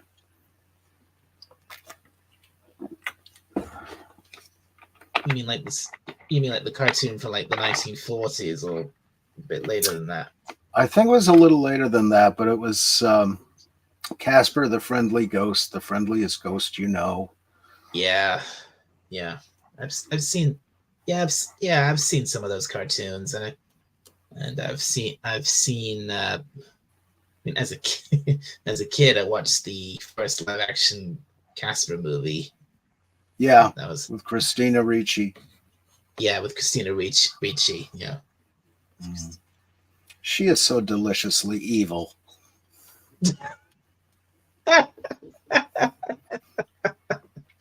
Especially if you've ever seen her in the Lizzie Borden series that came out about 10 years ago. Oh, she was so perfect in that. I've never. I've never seen that, but didn't she also play Christina Ricci? She's been she's played a lot of gothy, moody characters, hasn't she? Yeah. Well, she was Wednesday in that first live action Yeah, that's right. I Adams was gonna Family. I was gonna say yeah, she was Wednesday Adams in those Yeah. live action Adams Family movies. Yeah. Yeah. And again, she was perfect for that. She had such evil eyes. Mm. Yeah, she just has the perfect look for Yeah. for Wednesday. Yeah. Let's see. So, he was in 19 episodes of Third Rock from the Sun. Ah, yes. That was a show that had potential.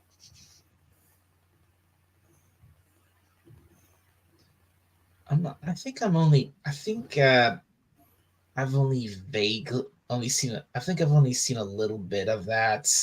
Yeah, that had John Lithgow and Jane Curtin. I can't remember the other three. Channel over here, Channel 4 airs a lot of old on the weekends. They air a lot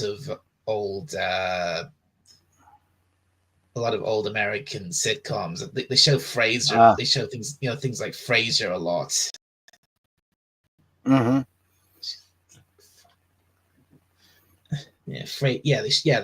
On Saturday mornings they show things like they show Frasier. They show Cheers. I think they showed maybe this. I'm not too sure. Could be.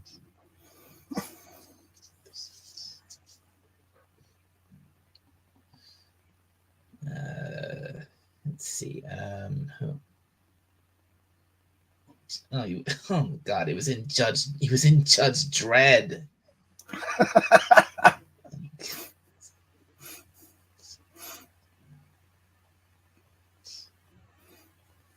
He was the. It was the narrate. It was the narrator, apparently. Yeah. But I'm guessing. That's the Sylvester Stallone one. Yeah. Good Lord.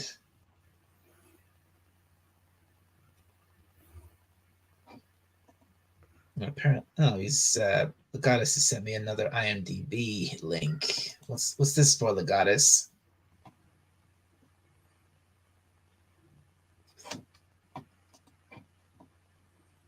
Let's see. Now this is some now this thing, Circle of Life. I was saying about this earlier. Circle of Life, an environmental fable.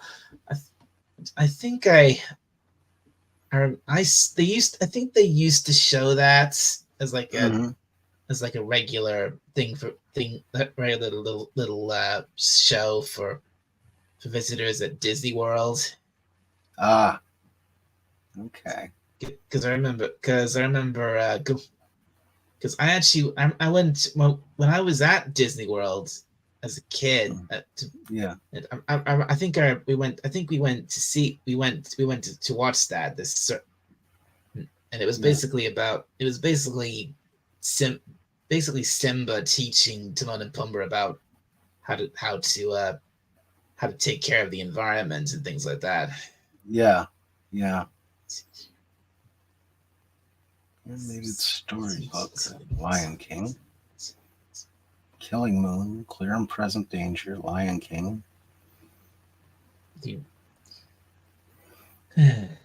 Kilo, Awesome. yeah. Most people know him as Darth Vader, but for me, that's he's Mufasa. Yeah. Well, that's the thing. An entire generation grew up around him in The Lion King. Well, I sure did. Yeah. Naked Gun 33 and a third. That was good.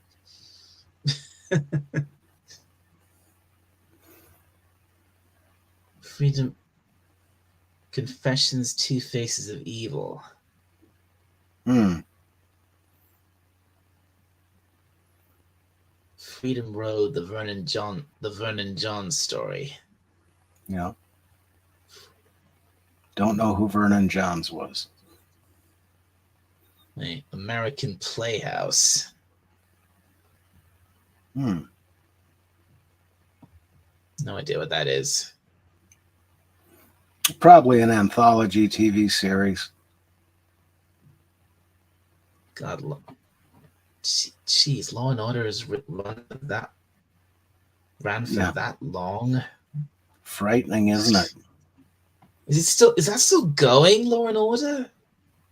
I don't know if the original is, but I know they did at least 4 or 5 different spin-off shows. Yeah. Good Lord, it is still going. Yeah. Season 24. Season 24 premiere October 3rd this year. Flipping heck. Yeah.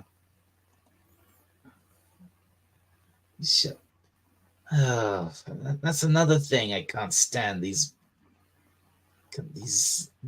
I don't see the point of these, these police drama / murder mystery shows that. Yeah, they go on forever and ever. They go on forever. My dad, we have a TV channel over here called 5 USA, and you know what's almost always on it? What? NCIS. Oh, good God. And I saw 5 minutes of that. I was done. and my dad's for some reason, Dad is always watching it. Yeah. I always see Dad watching NCIS. I don't know. I was just like, what is he seeing this? What is he seeing this repetitive, boring crap? Yeah. Well, that's the thing. That's why I like the British murder mystery shows like Touch of Frost. It really had a beginning and an end, and once it was over, that was it, Yeah,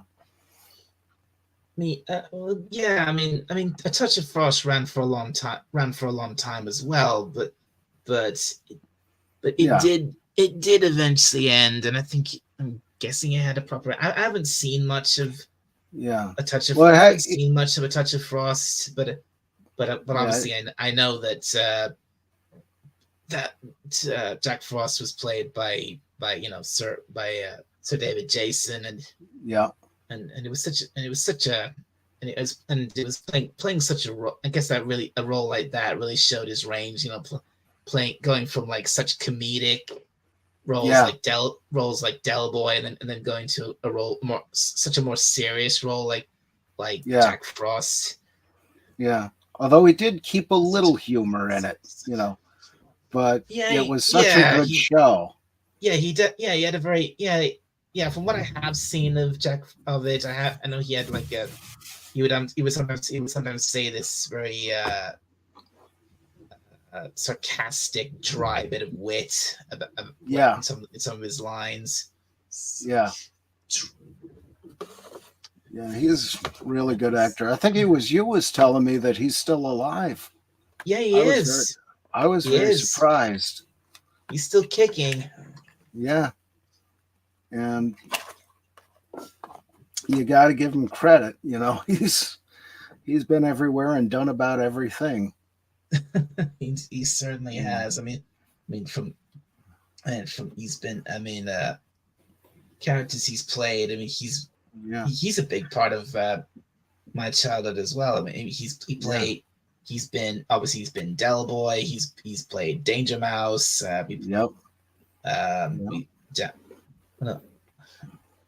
What else did he do?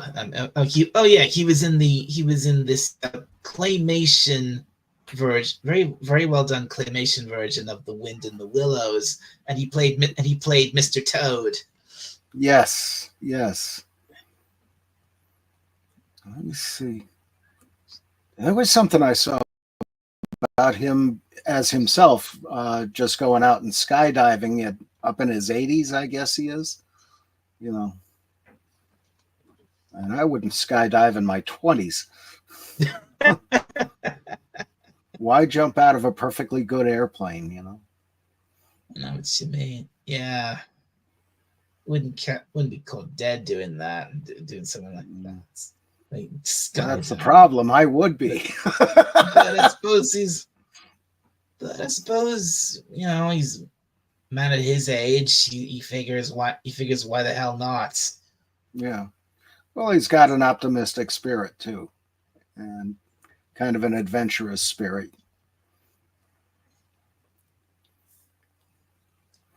Actually, I want to check how old is he.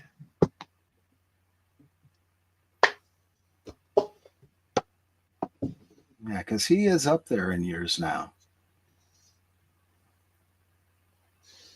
Let's see.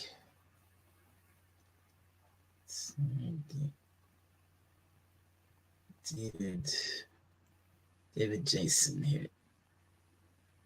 Good. Wow, he's 84. Yeah, you're older than my mother.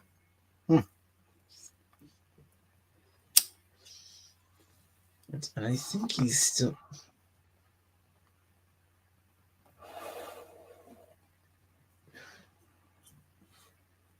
He's doing that show, is he? What show? He's doing a show on the BBC called The Repair Shop. And it's exactly as it sounds. It's literally about this group of people who it's a bunch of people who people from all over the country travel to this place, and they bring along these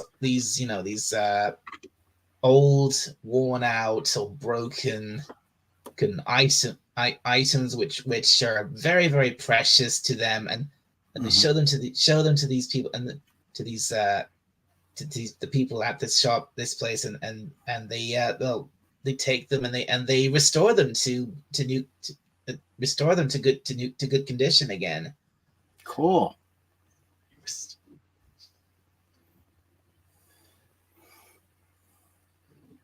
Until I've got a new visitor in the chat here. Hello, Do the Evolution 78.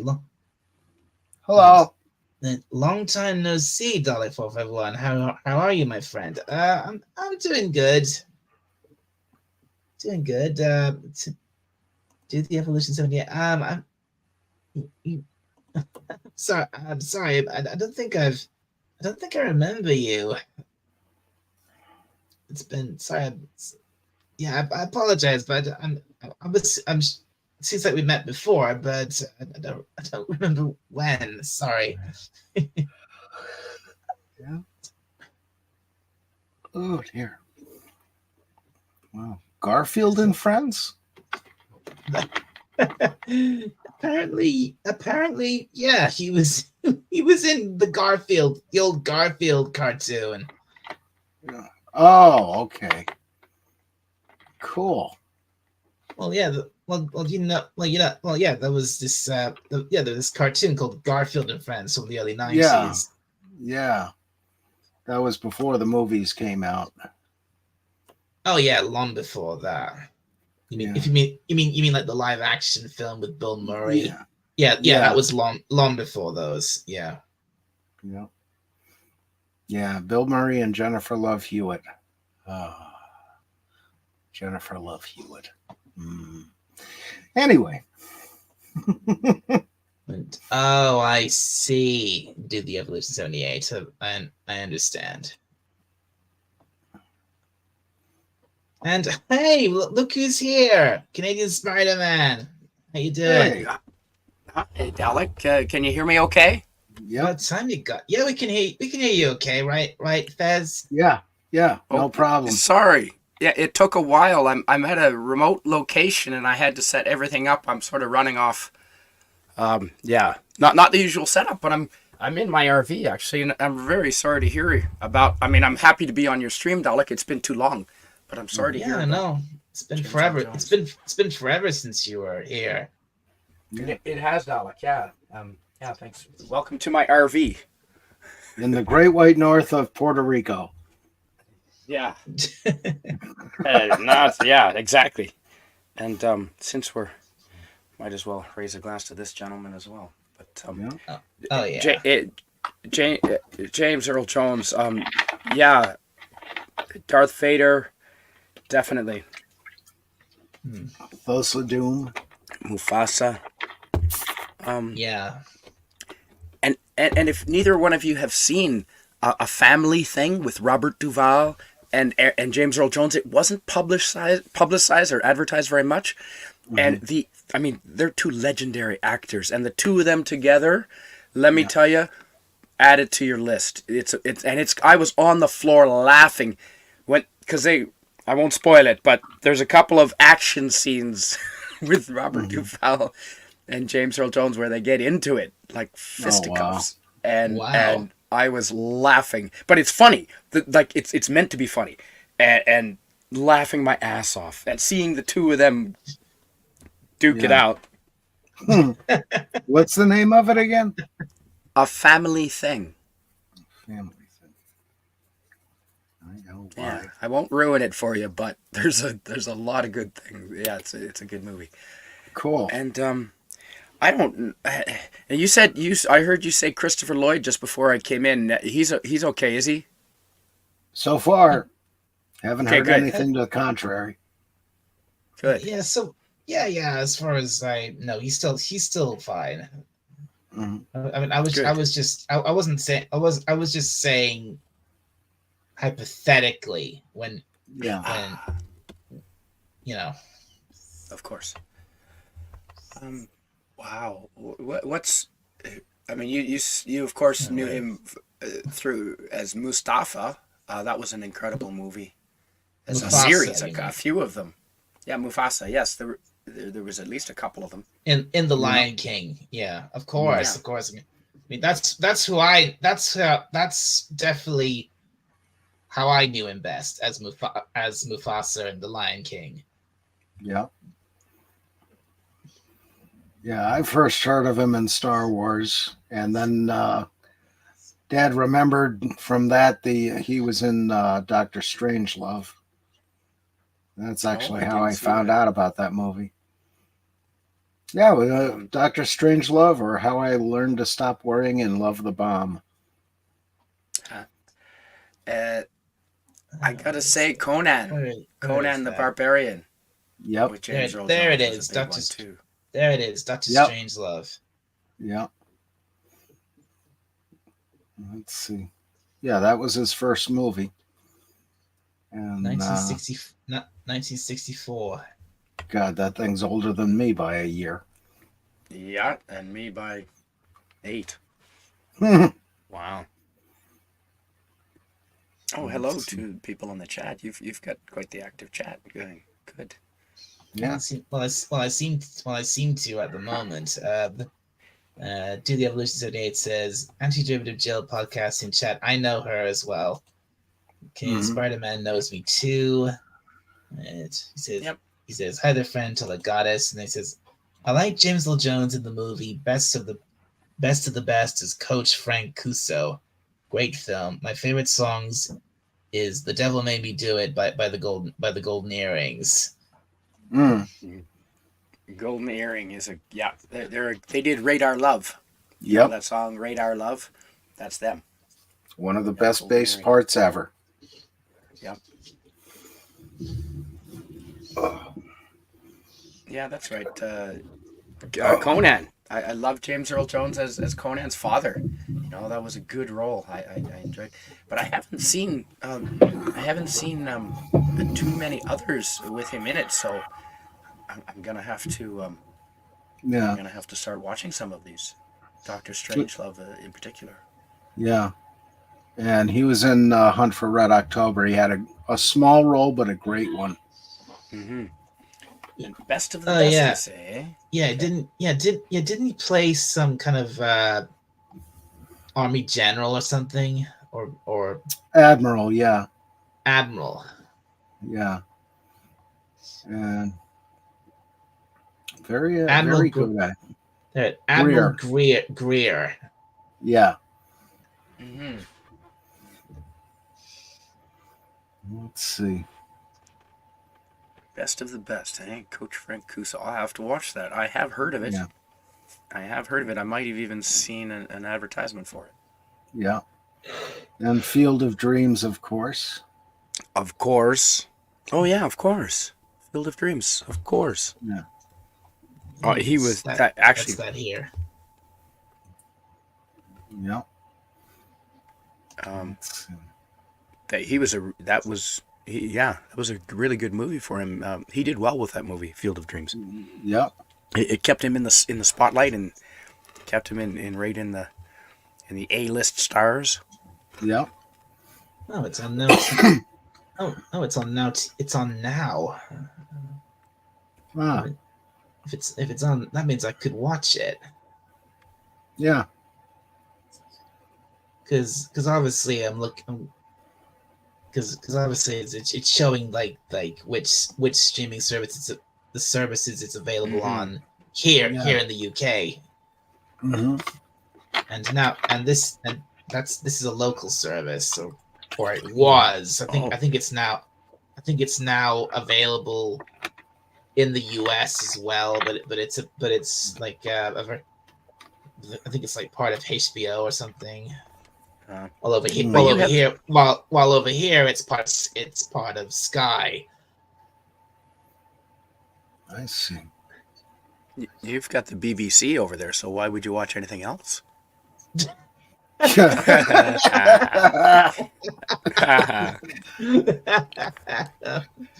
No. Yeah, right. I grew up watching a great deal of the BBC because being part of New Brunswick, East Coast, Yeah. we watch a lot from the UK, and the BBC was always on. Mm-hmm. Yeah, right. I'm sure it must have been like I'm guessing that was like BBC America or PBS or something like that. It was PBS. It was PBS. Yeah. And Yeah, because that was the first access we had to Monty Python was PBS. And even The Office in more modern times. I remember watching the British version of The Office, which is superior to the American version. I'm sorry, it's funnier. Yeah. Although the introduction to The Office was filmed in downtown Scranton, about 20 miles from here, Ohio. Pennsylvania. Oh, Yeah. And how long has it been in Pennsylvania? Well, they filmed it. I don't know. I think they filmed 2 or 3 things in Pennsylvania and then did the rest in Hollywood. But the building they show as Dunder Mifflin used to be the Dixon Locomotive Works. And that was where they built a lot of steam locomotives. Let's see. Okay, I need to do the Evolution 78. Says, wasn't James in that movie Field of Dreams as the blind ex-baseball player / farmer? Yeah, I think we were just discussing that, were we? Yeah. And Yes. and then he says, my favorite was Benny Hill, the episode called the halitosis kid. Funny, breath so bad Yeah. breath so bad it field wallpaper. Yep. Mm-hmm. Yeah, I remember Benny Hill. That was a fun show. It was. Yeah. I don't think you could do that now. Little Jackie Wright and oh God, I can't remember the other guys. Louise English was one of the dancers. She was great.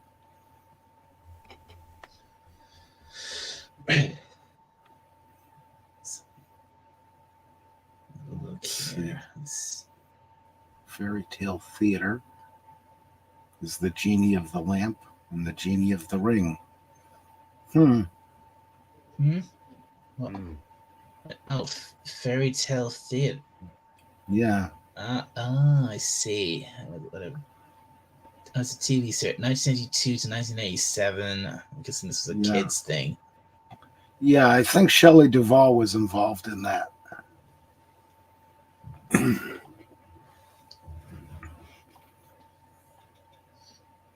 Yeah. Yeah. There she is. Shelley Duvall.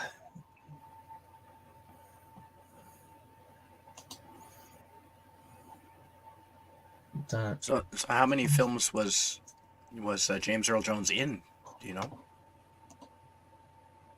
I think the list says about 190 film and TV series. Wow. All of his credit, his acting credit. Out of all of his acting credits, there's 190, but I think that includes both his films and all the TV shows he was in. Yeah. Okay. Yeah, he guest starred on a couple of episodes of oh shoot. Can't think of it. Wow, 200 says here 226 appearances as just himself. Mm-hmm. Oh yeah. All right, The Big Bang Theory. He was in there a few times. Yeah. Let's see. Olive oil from the Popeye live action movie. Yep. Yeah. And The Shining. You mean the one with Robin Williams? That Popeye. Yeah. That was pretty good. Yeah. He said I had a neighbor who looked like her. LOL. Poor guy. I shouldn't be mean like that. Yeah, that's it. Well, could you imagine a movie with Shelley Duvall and Marty Feldman? Just call it Jeepers Creepers. What about them peepers? I don't know Marty Feldman. Oh, God. Have you ever seen Young Frankenstein? Yes. He was Igor. Ah, okay. Yep. With the googly eyes. Mm-hmm, of course. And he was in a whole lot of stuff with Mel Brooks. And so did James Earl Jones ever do like a regular weekly TV series that he was on? I don't think just guest appearances on television. It was pretty much guest appearances, yeah. Yeah. Because I mean, once you've been Darth Vader, you can afford to do short things. Mm-hmm. I think I might have seen him on Family Feud at one point. It's possible. Not Hollywood Squares, though. Apparently, is that still around? No. Oh, good. I hated that show. I've actually seen only one. I've had only one episode of that Hollywood Squares, and it was insane. Have you heard of this? It was this episode of it with one of the celebs up there in one of the boxes was Gilbert Gottfried. Oh God. Yeah. Oh, yeah, he drives me nuts. Yeah. No, but come on, he's funny. He's funny, but I can't handle his voice. Yeah. Yeah. He was an acquired taste.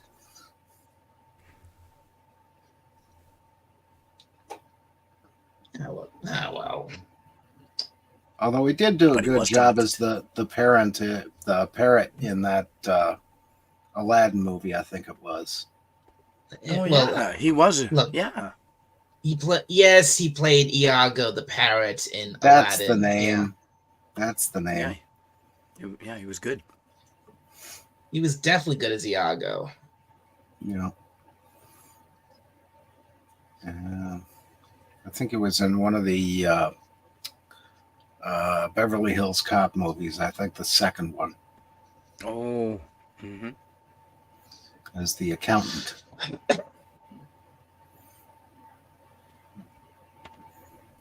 Let's see. Was James Earl Jones in both of the Conan movies with Arnold? No, just the one. He played Thulsa Doom, the villain. You know, where is that, the Conan movie? Oh, it's down there. Is that was the Keep 80s, going. wasn't it? Yeah, that was, I think, 83. I could be wrong. Yeah, that sounds about right. Um, There it is. Conan the Barbarian, 1982. You were close. Yeah, Nice. because that's about the time all the sword and sandal movies come out, witches and wizards and all that.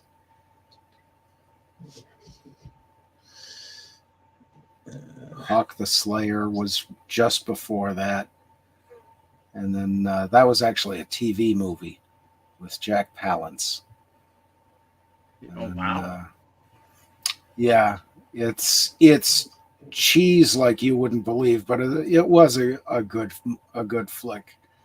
Trying to remember that one. Deathstalker was one of them, and what was the? Damn, I can't remember the name. Now my brain's going again.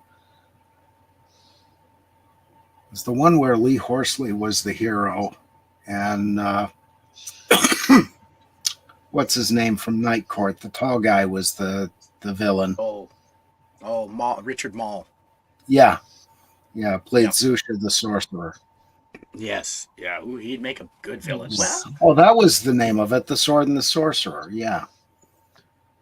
Okay. And Beastmaster came out around that time. And,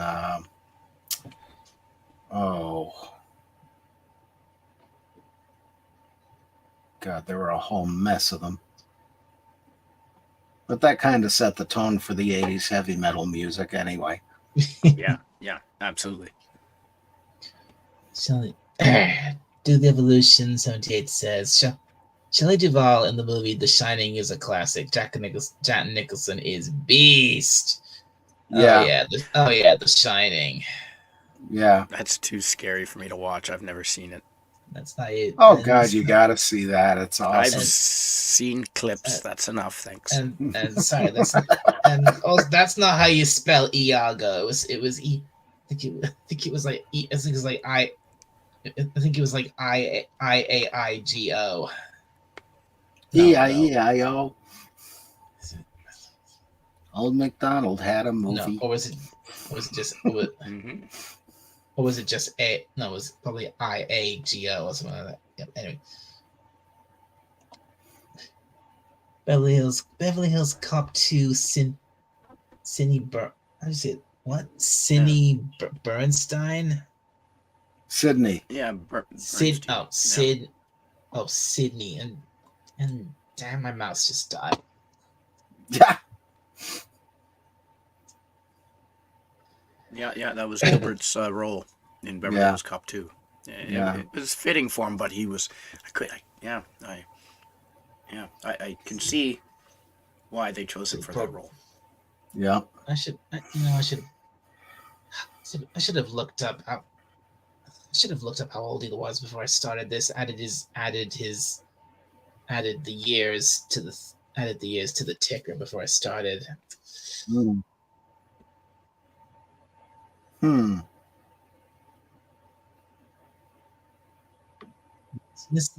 movie came out where Kurt Russell 82 had to compete in Halloween to John Carpenter as well. Yeah. I remember the Sword and the Sorcerer, the scene where the thing was hit the guy in the nuts, and it sounded like two coconuts hitting each other. Ouch! Yeah. Oh my I think I saw it a couple years later. Yeah. I might have seen it when I was 10. I might Yeah. have. Would have scared the bejesus out of me. Yeah. Well, it was one of those things. There were a lot of good movies came out, but they had the wrong guy playing the lead. And one of them was Dragon Slayer. Peter McNichol was the lead in that, and he was just terrible. Everybody else was great. Now, what is it about dragons? I'm not kidding. Yeah. Okay, I like dragons. Yeah, because he's basically the apprentice of a very old sorcerer. And he ends up getting killed by the dragon, so the apprentice takes over. And, a lot of good stuff in that movie. A lot of original special effects in it, too. Nice. I'll have to check it out. I am a dungeon master. I do own cool. Dungeons and Dragons, all the books. Yeah, Ralph Richardson was the old sorcerer. He was really good. I don't know who played the old man that was his servant, but he was a really good actor too. All of them were really, except for Peter McNichol. He sucked. Huh. That was the only downside of that movie. Well, he was too young, too blonde, too silly. He just didn't fit.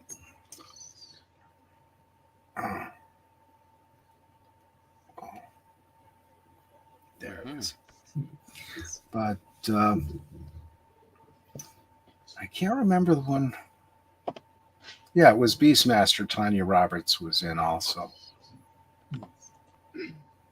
So, can I ask each of you, in your opinion, I think I know Dalek's answer, but in your opinion, what's James Earl Jones' greatest role? Oh, for me, it has to be Star Wars, Darth Vader.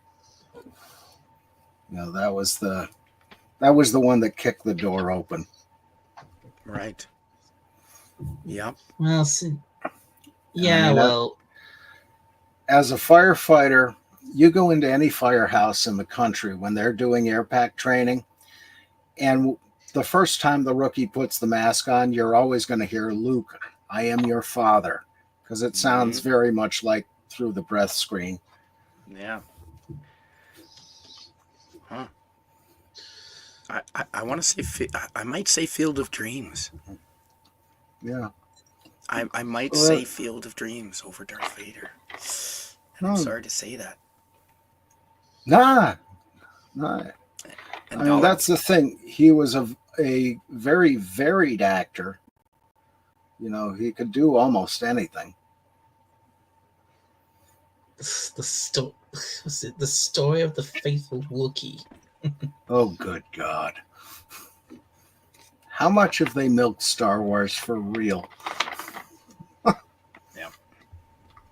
Wait, James Earl Jones wasn't in the Christmas episode, I don't think. Christmas special. Yeah, I don't remember if he was or not. I saw that when it first came out and never touched it again. Yeah. No, I tried to watch it and I couldn't again. Yeah. Sorry, Dalek. And yes, Spidey, you're right. But mostly because I probably just because that that's what I grew up with, and I didn't really get into Star Wars until many years later. My personal favorite role of his is Mufasa every time. Yeah. And was he in the second one? Technically, if you mean the Simba's Pride Lion King 2. Yes. Yeah, technically he was because you did hear his voice at the very end of the film where we have this whole grand ending where they're all at Pride Rock and Simba looks up at the sky and then the clouds open. There's this beam of light, and you hear his voice say, "Well done, my son." Mm-hmm. Can you imagine that, walking into the studio, recording one line and getting $10,000? I think you recorded 2 lines because Really? right after that you hear him say, "We are one." Still, less than a So minute's yeah, work. so yeah. We have we have mentions of Mufasa throughout the film, but his Yeah. only actual line was just a few words, and at the very end of the film. Yep. Wild. Must be nice to have money. I got to try that someday. Yeah, it'd be weird, eh? Yeah. I identify as wealthy. Mm-hmm. Yeah. Yes, I'm a wealthy black woman. Yeah. My pronouns are give me and more. Good Lord. Oh God! Speaking of that, so it's I don't know how much you two know about Harry Potter, but they just Yeah. this week they released a new Harry Potter game based on Quidditch. It's called Quidditch Champions. Hasn't she got enough money? God. I have to admit, the first Harry Potter movie was really good, and that's the first one that I enjoyed CGI effects. But, after that, it got a little silly. A little silly. Yeah. I saw the one. I don't think I've seen any more than the one. Yeah. I thought, no, that's perfect. I saw the second and third one, and I really couldn't get into them. The first one was great. Agreed. Yeah. Yeah, I personally love the first. I personally love the first three.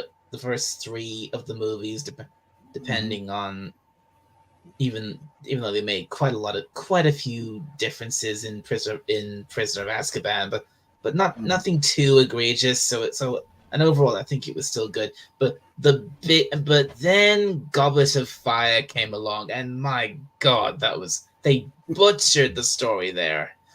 It was just an absolute mess. Yeah. Well, that's the thing. I think if they had kept the same directors all through it, it would have been nice. But I think Chris Columbus only did the first one. Yeah, I think he did. Or maybe the first and second films, but then they had a completely different director for all the films after that. Yeah. Let's see. He was an Exorcist too? Wow. And I'll still sit and watch those films, but yeah, what they did with Goblet of Fire was just really crossing the line, because they took out way too much, they changed way too much, they made it they dumbed it down a lot. Yeah. They made Paul Ron look like a complete idiot. Because he's the redhead, of course. Yeah. You gotta make the redheads look bad in Hollywood. Yep. Pound those gingers. Mm-hmm. But only him, not the rest of the Weasleys. Well, they didn't have much to say anyway. Well, the mother had lines. Except for Molly. The mother at Molly. She had some great moments, and so did Fred and George. Mm-hmm. Oh, I'd forgotten about them. How could you forget Fred and George? They're awesome. Well, won't be watching Goblet of Fire then. Yeah. But you know me, Dalek. The thing I remember the most was the train. Oh, sure, the Hogwarts Express. How can anyone not forget? How can anyone forget that? That's iconic. The Hogwarts Express. Mm-hmm. Yeah. I bet you Goblet of Fire would have been better if James Earl Jones was in it. Yeah. Yeah, Uh, well, just about anything would be. he could have probably played. There was a character in it. He could probably play it. A character called Kingsley Shackleball. He might have been good as that. Yeah. Oh, Tony's here. Oh, this is a Hello. surprise. This is a surprise. Stark Divine. Hello, Tony. I haven't seen you. I haven't seen you in here in a long time. Mhm. When you are all done, I have a Stark party in progress. Rate it with Dalek rate. Oh, yeah, okay. Never never seen the Polar Express. No, me neither. Um, okay, I think I've got a bit behind in the chat here. Let's see. Is it my? You seem to be roboting just a bit there, Dalek, or is it my connection? Am I? They sound okay to me.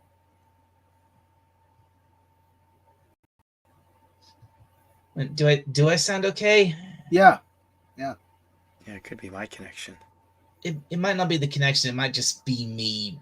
You know, just it might just be the way it might just be the way I naturally talk. Oh Because no, no, no! I can. I tend to repeat myself quite a lot. It's a Yeah. habit. Oh no, no, Dalek. This is definitely like a technical, a roboting thing that I'm hearing. Oh, okay. Yeah. But it's Yeah, better I'm now. not. Oh, good.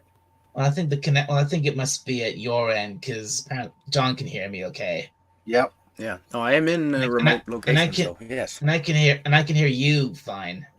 Mhm. Cool. Okay, let's Oh. see. Where was I? I've definitely fallen a bit behind.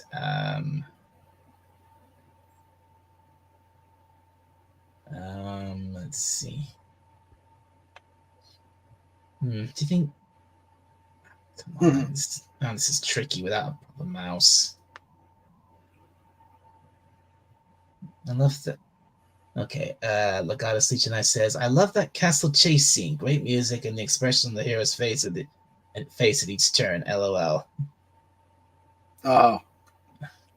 Yeah, I think he means the one from Sword and the Sorcerer.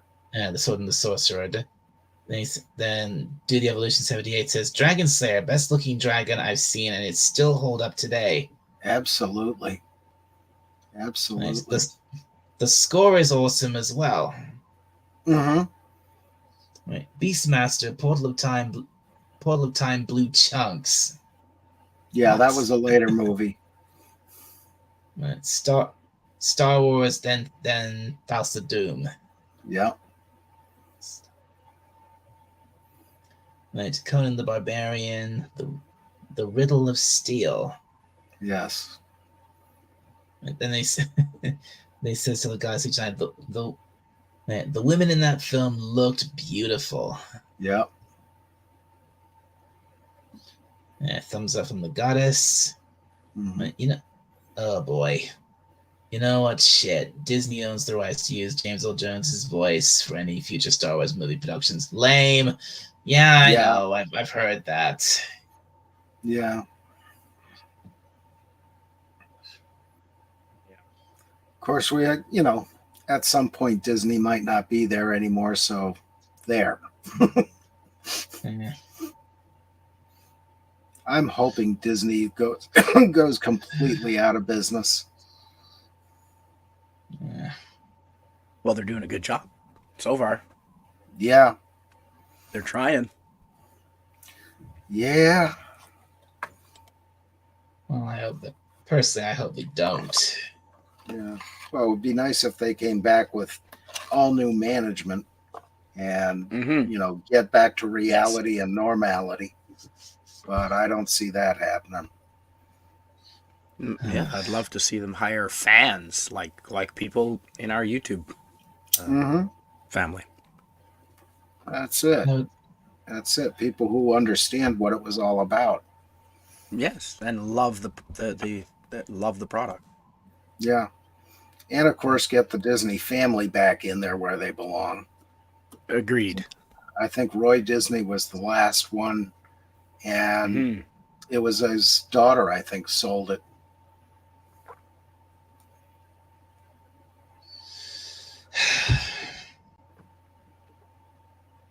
Oh dear. I would like to. Anyway,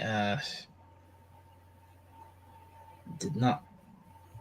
That's definitely okay. That's definitely not what I needed. What? Let's see.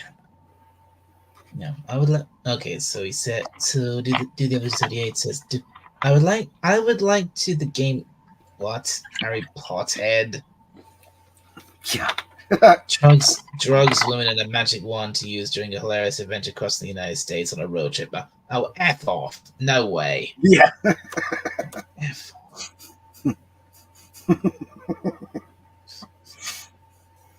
Yeah. Meanwhile, back at the Earth. It's never seen the polar. Why did you mention the Polar Express? Who mentioned Oh, that? we talked about the Hogwarts train. Oh, jeez. Yeah, Polar Yeah, Express well, I've never seen, never wanted to. I've seen the Polar Express. Yeah. It's not Yeah, bad. watched it. Yeah, I watched it on Christmas Day one year. It's not outright terrible. It's not great. Yeah. Yeah, I'd agree with that. Yeah, I mean, it's entertaining enough if you're absolutely bored. So, I yeah. suppose. Kind of like an episode of Friends. I think it's fun. I think it's fun. I think it's fine to just sit and watch on Christmas Day. Yeah, I suppose so. There's a lot of movies that I prefer on Christmas Day, you know, and I can't watch them the rest of the year. Yeah, you have them playing in the background. Yeah, That's fair enough. I mean, you know what? You know what? I mean, you know what? You know what? Speaking of that, you know what film I watched last Christmas, whilst the new so-called quote unquote Doctor Who was on. What? Home Alone. Oh, for God's sake! Yeah. That's another one I've seen bits and pieces of, but I never saw the whole movie. It was funny. I love it. Yeah. And of course, somebody was doing 24 hours of the Christmas Story, and that's another one I've never seen all the way through. I just changed the channel a few times during other things and picked it up as I went along. Apparently, you're not supposed to shoot yourself in the eye with a lampshade made like a leg.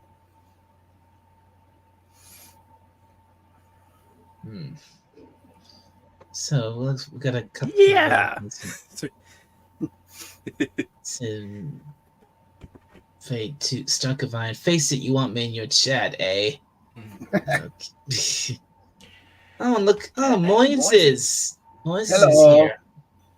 Rest in peace, Lord Vader. Yeah. Do the other 78 Star Wars Holiday.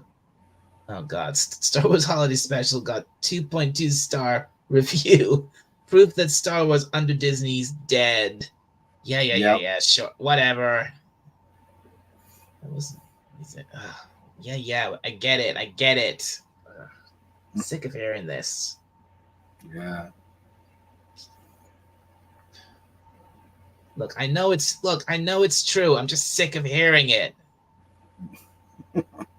No, I think we'll get a fan. I think we'll get some new Star Wars from fans who will have the technology to do it. And for, there's a lot of talented people out there, and just because, the actual owners of the IP aren't doing a lot, I bet you the fans out there that do have the skills and the talent. They're working on stuff right now as we're talking. I bet. Well, when I think it was not the first one, but the second one of this latest trilogy. What was it? The Last Jedi. Guy named Vlad something. He's a young Hispanic gentleman. He was re-editing the movie, and I don't know if anything ever happened with that or if he's still Oh, doing yeah. that or not. Oh, interesting. But he was going to do his own fight scenes in it. He was in training with a few other guys to do that, and Yeah, had the whole editing software and all that. And that's what I exactly saw what of I'm it was talking really about. good. Yeah, Yep, that's what I'm talking about. There are fans like that out doing it. Yeah, cool. that's good. That's excellent. Yeah. Yeah, it's amazing what you can do when you have a little bit of money and the right equipment. What Uh, And Moises a says. few friends. Oh, go ahead. Go ahead. Moises says, I have watched Star Wars in honor of his memory. Good for you, Moises. Yep. mhm.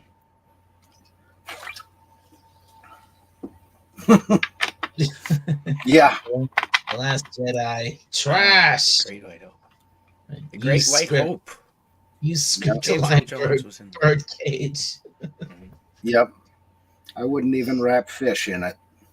No. Have you seen The Great White Hope? It says James Earl Oh, Jones was in that as well.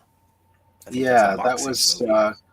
Chris Christopherson I and like him. what was her name? Um, oh, shoot.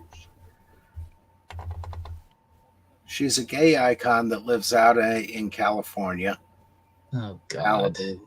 Um, oh, God. Yeah, I like Chris She's a Christopherson. He's a singer. good actor. Not Um, Reba McEntire. no, Oh, no, no. Melissa Etheridge. No, no. She's not gay herself, but she's big in the gay community. Ah, Um, oh, Why? That makes no sense. because she's tall, ah. you know. Um, What's she starred in that movie Yentl back in the 80s. why is there? Yeah.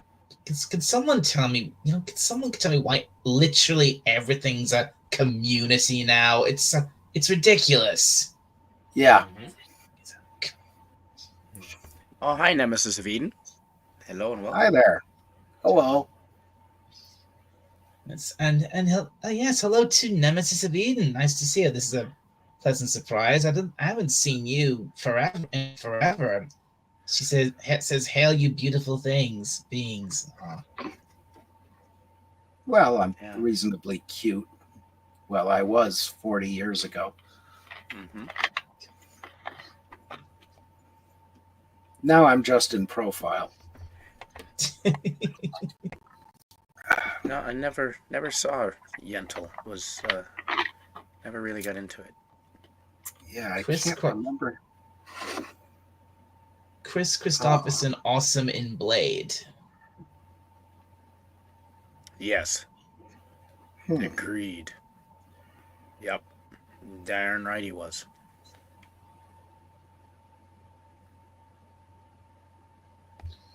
Oh, that's the bottom of the list. Let's see.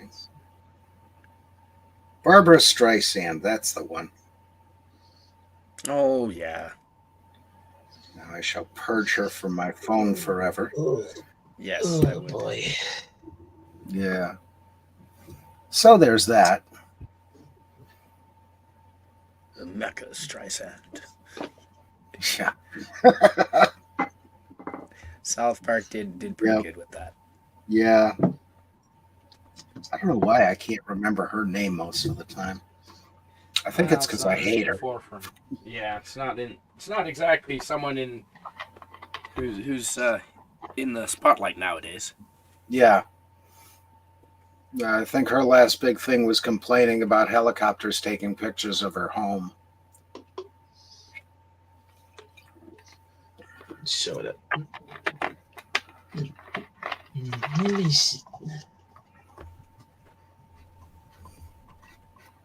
Let's see. maybe I should change the list to his guest appearances. Because I think I've looked long enough at his movies. Dr. Kildare. Wow. Whoops. Uh, dang it. Let's see. Actor, soundtrack, archive sound, self. Excuse me. But I wonder if he ever Okay. did any singing. Okay. Let's see. The Broadway show with Tamsin Fidel, Mhm. Hollywood Insider, American Masters, whatever that is. Don't know. Celebrity Page, The Space Theater of Survival. Ah, Words from a Bear? What the heck I is wonder, that? I wonder if Snortopoopas was in that.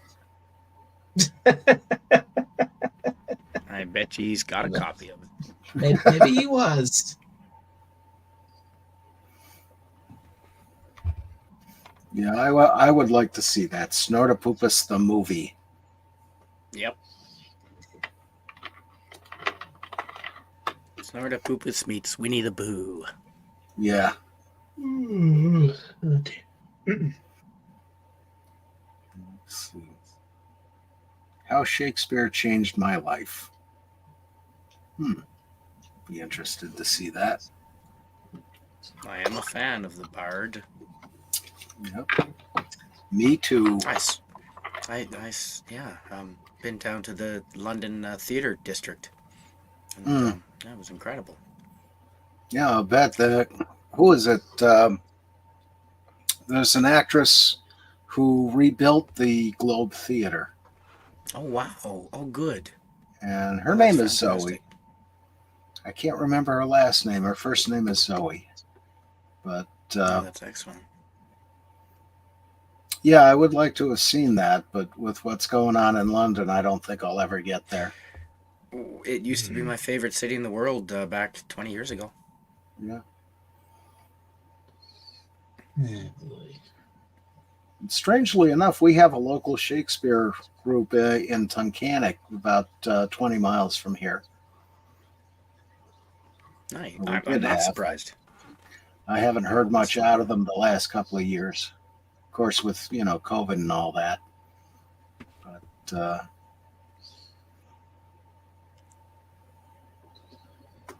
No, I've never seen a Shakespeare. I would have liked to have seen a Shakespeare play in London, in the theatre district, but I got to see Les Miserables instead, which was excellent. Really good. yeah, I've never seen that. I've heard a lot of good things about it, though. In the theater, like I said, in London was incredible. Really good.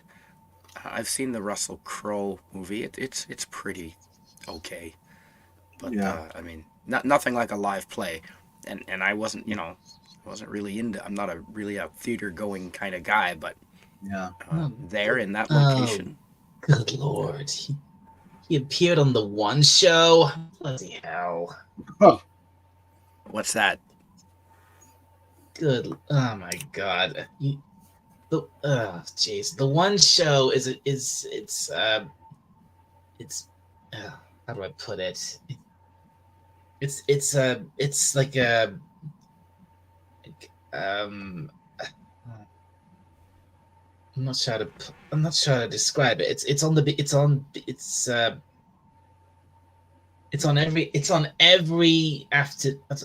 every afternoon on BBC One, and it's like it's like a variety / chat show, I guess. Okay. Not as good as Top Gear, I take it.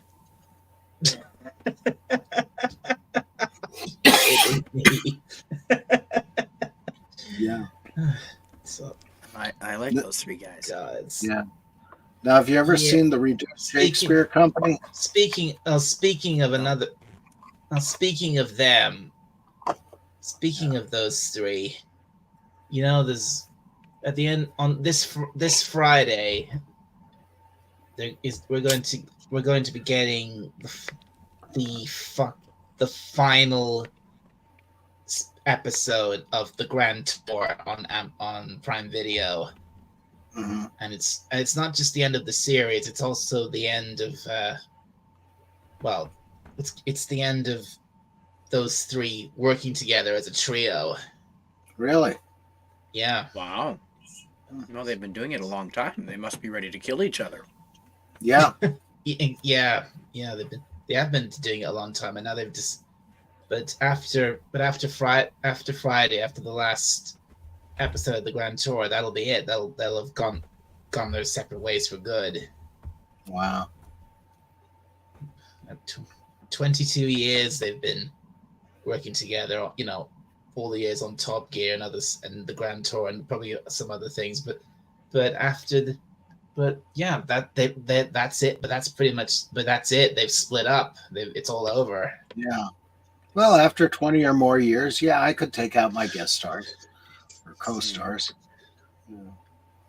Yeah, no, there's they've done so much. We have so much to watch that they've recorded together. Absolutely, years yeah. worth of. Absolutely, it took years to watch it all. So many great classic episodes of Top Gear, and I'm always rewatching earlier episodes of the Grand Tour. So yeah, we've got and then all the other stuff they've done on their own, like James May has done all the documentary style shows. I mean he does these Our Man In show where he's visited Japan, he's visited Italy, he's visited, and the last one he visited India. Nice.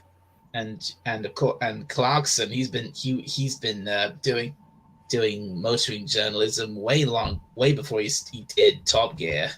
And yeah. He's quite an outspoken gentleman, and he's intelligent. He is. He definitely is. He's not as stupid as he comes across in Top Gear or the Grand Tour. No, I gathered not. No, he seems quite an intellectual, which is good.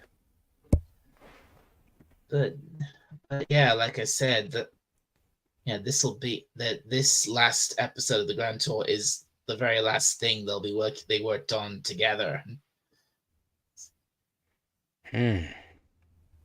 Yeah, until someone backs a truck up to their houses and pays them to do a reunion, one-time reunion special, 10 years from now.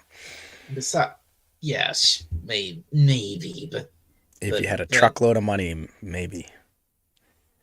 Maybe, but I mean, but still, it's not entirely, it's not all bad because again, even though they're not working together anymore, they've still got their own separate projects. Like, you know, Clarkson has his farm show now. Right. Yes. Which I still haven't watched. I really need to watch Clarkson's Farm. And I wonder if he has the other two like pop in just for a cameo once in a while. You could. Probably. And James has done lots of history and science-based stuff over the years. He's particularly he once did a show called James May's Toy Stories, where he went all around the country and performing all these great stunts and feats involving old-fashioned toys and play sets, like he did this the world's longest Hornby model railway journey, and wow. And he made a garden entirely out of plasticine. He made a house entirely out of Lego, and he lived in it he went and stayed in it for a night, and he made a full-sized model of a Spitfire out out of giant Airfix pieces. Oh wow. Yeah. Wow. That's incredible. That's really nice. I Yeah. didn't hear about that. Thanks for telling me. Yeah. I thoroughly recommend you go watch that series. James May's Toy Stories. It's a really good. It was a good series. Hmm. Very cool. Yeah. Spidey, have you ever heard of the Reduced Shakespeare Company? No, no, I can't say that I have. Okay, when you get some time, go onto YouTube and look it up. You want the complete works of Shakespeare abridged. It's hilarious. Yeah. Okay. Yeah. That sounds like something I would like, actually. It is. It's great. That and Rosencrantz and Guildenstern are dead. That's a Tom Stoppard movie uh, with Gary Oldman and the other guy he always works with. Can never remember his name, but that one too. It's not a comedy, but it has some really humorous moments in it, and just a great movie overall. Makes you think a lot. And Richard Dreyfuss is in it too. Oh, I like him. Yeah, he's good. Yeah, Brother Richard. I think it was. I can't remember what state it was, but he was made a Freemason at sight by the Grand Master of that state. So he's one of us now. Mm-hmm.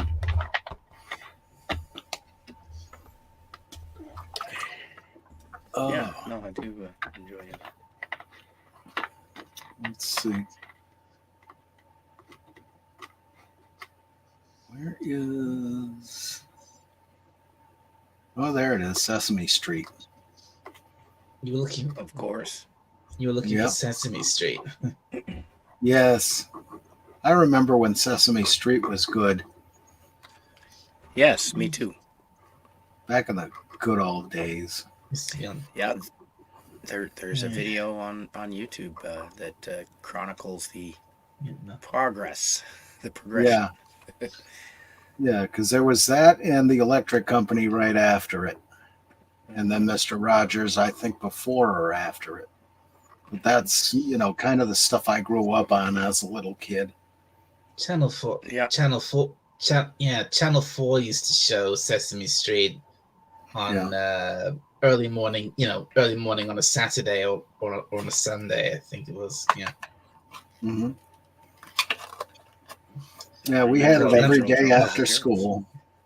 God, let me tell you, when the stuff we got in on Saturday mornings when I was a kid, it was great stuff. But these days you get absolutely nothing. Yeah, same here. No, my brother's kids all watch the old stuff that we used to watch. Yeah. He's got it all on video. Yeah, the Looney Tunes cartoons and everything, and everything. Yeah. You had a lot of weird stuff like Captain Caveman, Grape Ape, and the Captain Caveman and the Teen Angels. Yeah. Mm-hmm. Yeah. And there were all kinds of things. Yeah. Sigmund the Sea Monster. Yeah, they used to show all those old Hanna-Barbera cartoons over here too. Yeah. They were really good up to a point. I think it's when the budgets got really tight, they started getting cheesy. But that was a lot of fun stuff. Yeah, and it holds up to this day, a lot of it. Yeah. It's still entertaining for kids today. Yeah. Scooby-Doo. Yeah. I mean, that was late 60s. Yeah, I know. Yeah. The original series of that, Scooby-Doo, Where Are You? That was from 1969. Yeah. Yep, that was the good stuff. Yep. Better known as how to use and reuse a background 6 times in the same shot. Yeah, like Spider-Man Well, used they to be did. that too. Well, they did that with all the Hanna-Barbera cartoons, not just Scooby Yeah, Doo. but it was so obvious in Scooby Doo. Yeah. But who cared? Yeah, and there was a lot of weird stuff in that show. God, I they know, had right? the Old Monkeys TV series on Saturdays. I did okay. Oh yeah, I used to watch those guys. Yeah, I never quite understood what was going on, but I liked the songs and the car. Because they had that monkey mobile I think George Barris made for them, same guy that made the Batmobile. Oh, I didn't know that. That's cool. Yeah, yeah. And he did the cars for the Munsters also. Maybe I should. Maybe do you think maybe I should pull this down now? The IMDb. Yeah, it could be. Let's see. Yeah, we've seen just about everything on there. I think. Yeah. I mean, apart from all of his just get like when he was gets all the stuff he guested in right here. I think that's about it. Yeah, yeah. Oh yeah, yeah. Um, I seem to remember him doing a little bit of comedy with as a sketch, or was it part of an award show? But he had some jokes, and he actually has some comedic talent. I would, in my opinion, I thought he was pretty good with as a straight man. You know. Yeah, yeah. Well, that's the thing. He had a lot of, the timing. I think he would have had a great time being a straight man. Oh yeah, yeah. With the deadpan, Is that? yep, sense of Yeah, humor, the yeah. deadpan And flat delivery of his lines. well, you look at all the great straight men from the past. Bud Abbott and George Burns. Hmm. They had that timing, and without them, it wouldn't have worked. Yeah, that's exactly right. Yes. That's all those. Seen all that. Yeah.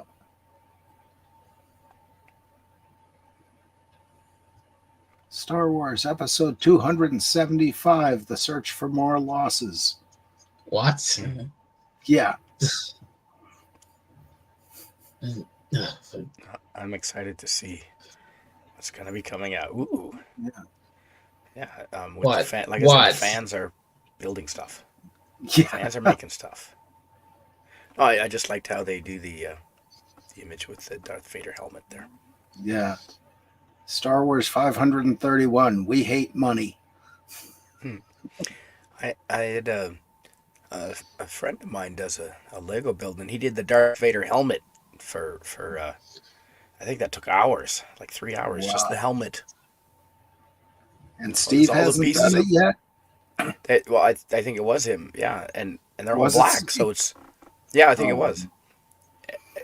And none of the pieces are too different because they're all black. It would be Mhm. challenging. Yeah. Maybe I should. Maybe it's about time I got rid of this now. Yeah, I suppose so. Yeah, good. Ooh, new logo for Spider-Man.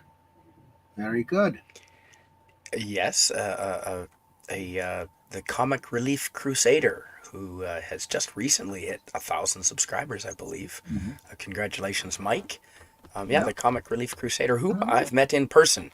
He lives No in kidding. Alberta, and I did a road trip and met him. And Cool. yeah, good guy. So this is Yeah. what he does. He does graphic artists and he does it for reasonable commissions. And yeah, so he made this up for me, and he did a couple of banner size ones as well. I thought it was pretty Oh, cool. nice. So he's Yeah, so he's a good guy.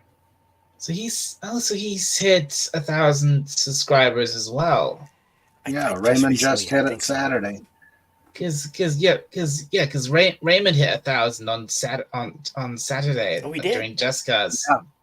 Yep. Oh, congratulations, Yeah, Raymond. That's excellent. I was there for that. Yep. Nice.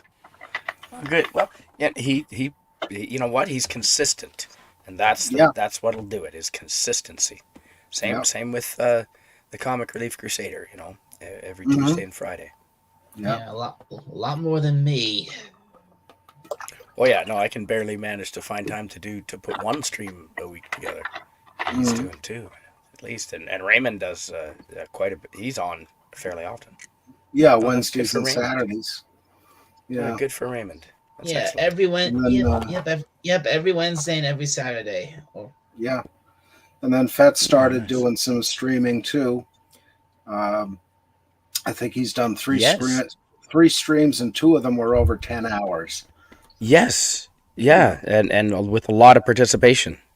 Yeah, and I got to meet him last December, and then we met up again to go down to Philadelphia to meet Gary and Steve for the Fan Expo, In and person. Nice. yeah, and again for PodCon, and that was a fun time.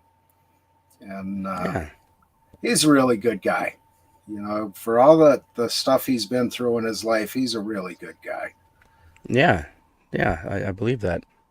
And one of those big talents like comics, you know, the stuff he does, I don't know how he does it, but he does it better than I ever could, and certainly better than a lot of people. But, Yeah, well, it's and good to be good at he something. he has fun with it, and he's branching out a little bit. He's getting into some more of the AI stuff, and Yeah, okay. you know, he did that one for Susan Dolan. Uh, I think he put out a short about that recently. That was really good. I'll have to check that out. Yeah, that is fascinating. Yeah. But like all of us on YouTube, except for me, you know, he doesn't show himself very often or didn't up until recently. And he looks Yeah. nothing like what you would expect, you know. No. No, that's yeah, yeah, I usually have my camera on, but Mm. pretty tired. It was a big weekend here this weekend. We Was had it? uh, Friday night, Saturday night were two, and Sunday night were two pretty large party or three pretty large parties. Yeah, Mm. the whole village really. Oh, wow. Yeah, it was good. And you're up in the Northwest, right? Southwest of Canada, but yes. Mm. Yeah, I'm just 5 hours east of Vancouver. Ah, all right. A very tiny stone's throw from Seattle. Yeah, I can be there in probably 6 or 7 hours, I would say. Yeah. Yeah, Yeah, to my Seattle. cousin lives in Olympia, and Oh yeah, he's one of those no, it's a crazies nice area. who climbs Mount Rainier and all that. And Yes, you know, good. he has fun. I don't know why he went out there, but because it's Yes, you know he was born in Poughkeepsie, New York, and then grew up in South Carolina. And you know the difference is they don't have winter in South Carolina or North Carolina. nice, So then nice. he moves up to Seattle area, and it's like, why? Yeah, If you yeah, understand that. yeah. William Shakespeare, another friend of the channels, Mm. is up in that area too. Yeah, he likes Seattle. Parts of it, I imagine, are quite nice. Yeah, the other parts are under siege. Yeah, but I I did can, like. I discovered the Cheesecake Factory there in Seattle. Oh my goodness, Dalek, the I, Cheesecake Factory. If you like cheesecake, is really good. yeah, I love cheesecake. that's Okay, then the Fett's favorite thing. Cheesecake Factory you're going to be a fan of it. I think they've got 60 some flavors of cheesecake already made like that day, ready to Wow. go, and Wow. a menu of Mhm. cheesecakes. and they all get eaten. Cheesecakes. A menu, like a restaurant menu of cheesecakes, Dalek, and I'm not joking. They're Oh made my fresh, God. and they've got like 60 different kinds to choose from. Rate that when 60 you're there. different kinds of cheesecake. Yeah. Yes, fresh, Wow. ready to go. That is insane. It's America. The Americans do things unlike any other country in the world. Yep. I can believe that. We're silly that way. You turn it up to 11. Yep. Right, yeah. Whew. Well, I don't know about either of you, but I'm starting to fade here, so All right. I Maybe messaged it's you in the time- private chat. yeah, I did. was Yeah, I pretty did. I did see that. So it's not just me; it's you as well. So maybe it is time to. And we've passed the 3-hour mark, so maybe I think it's probably time to wrap this Yeah. up. It's been a big weekend here. Yep. So what you're saying, Spider-Man, is it's time for snow notes. It's time for snow notes. No notes. That's good. Yep. That was the other fun thing, was getting to meet Pudgy and Cobalt and Linrod, and Raymond and Sandra too. That was fun. Mm-hmm. Yeah, I find speaking of that, I find it rather sad that Pudgy seems to have been erased from King Dolphin TV. Yeah, I think there was, for some reason, a change. I don't know what, but I imagine Cobalt is just busy with the other stuff going on. I think there was like, from what I heard, I think there was like a disagreement between him and Raymond. I have no idea what the disagreement was, but I think that's why they did it. Yeah, because Cobalt will still come on in the chat, or Pudgy, or both, and he's been in the panel. I think it was not this past one, but the one before. But wait and see what happens, But I do miss Pudgy on the screen. He was a lot of fun. Yeah. I still enjoy the stories. I mean, for the last couple of weeks, I go into Just Cause. But it's like I'm just like, where's Pudgy? He hasn't been here for ages. Mm-hmm. Yeah, I don't know what's going on, but see what happens. Hopefully, he comes back. Mm-hmm. Well, it was a good idea of you to do this tonight, Dalek. I see that people on YouTube are starting to notice. Some people have put out the first one.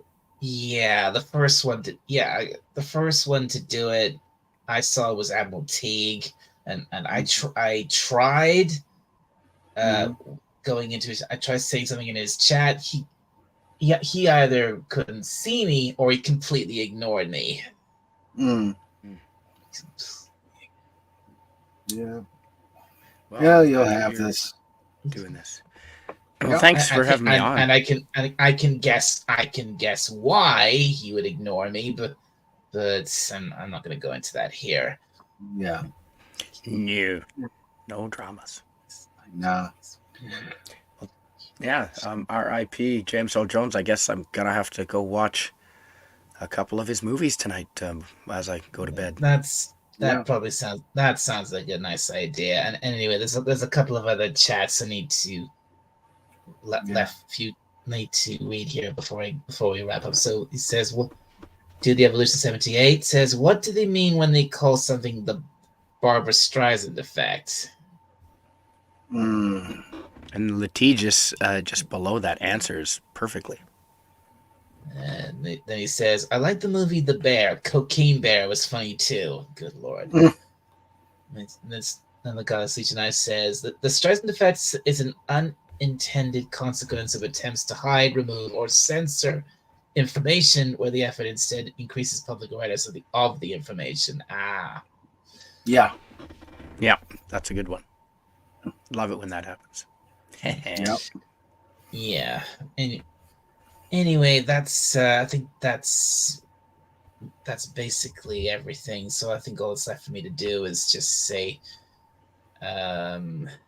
thank you very much to everyone who came in and paid their respects tonight, because this hit. Let me tell you, this hit me so hard when I first heard about Yeah. it from someone in a Discord server I'm in. I just saw a message there notification from their pop up saying Mm-hmm. he had passed. I was like, oh my god, I couldn't believe it. I Yeah. was shocked. I just couldn't believe it. Yeah. Yeah. It was like, and my first thought was I just went, I hate this decade. Yeah. Yeah. This millennium has not been good. You know. No, we can turn it around. 2025 is the year. I have a Yep. good feeling. Oh, is that when God, Trudeau is going away? Oh, it at hope- least. Yep. I hope It'll be good, I Dalek. hope It'll be a I good year. hope to go. I hope to God you're right, because I can't take another year like the last 4 years. I can't. No, Yep. we're Yeah. Well, Dalek, I'm going to get going. Canadian Spider-Man, good to see Yep. you. Thanks, Dalek, for Myself having as me well. on. Yep. All right, Fez. See you later. You're very welcome, Fez. It was great having you both here. Thank you. We'll see you later, guys. Take care. Okay. Goodbye. For- Thanks, Dalek. And I got a and oh, you're both gone. Okay. Yes, thank you, thank you, John. Thank you, Canadian Spider-Man. This has been a really successful stream for me tonight, and all that's left for me to say is, yeah, thank you everybody who came in, and especially this very special lady who popped in to help to she's this is someone who's very, very special to me. Thank you very much. I'm very glad you were my first guest tonight. For first time you've ever been in my chat. Thank you very much. Thank you very much. This means the world to me. And again, yeah, so thank you everybody. Thank you, Legatus Legion Eyes, Snorter Pupus Cuber, Tony Stark of Lion, who was here earlier, Fez, Canadian Spider-Man, Raquel was here, Zoe King, Do the Evolution 78. I think that's everybody. So yes, thank you very much, everybody. And I hope to be back with you very soon. And just one last time, rest in peace, James Earl Jones. God bless you. Yeah, you. And anyway, and well, I think that's it. So I got to get to bed. It's very early in the morning here. So from the surface of Skaro, this is Dalek 451 signing off. I will see you all next time, and I wish you a very good morning, afternoon, night, evening, or night, wherever you are. Bye for now, everybody.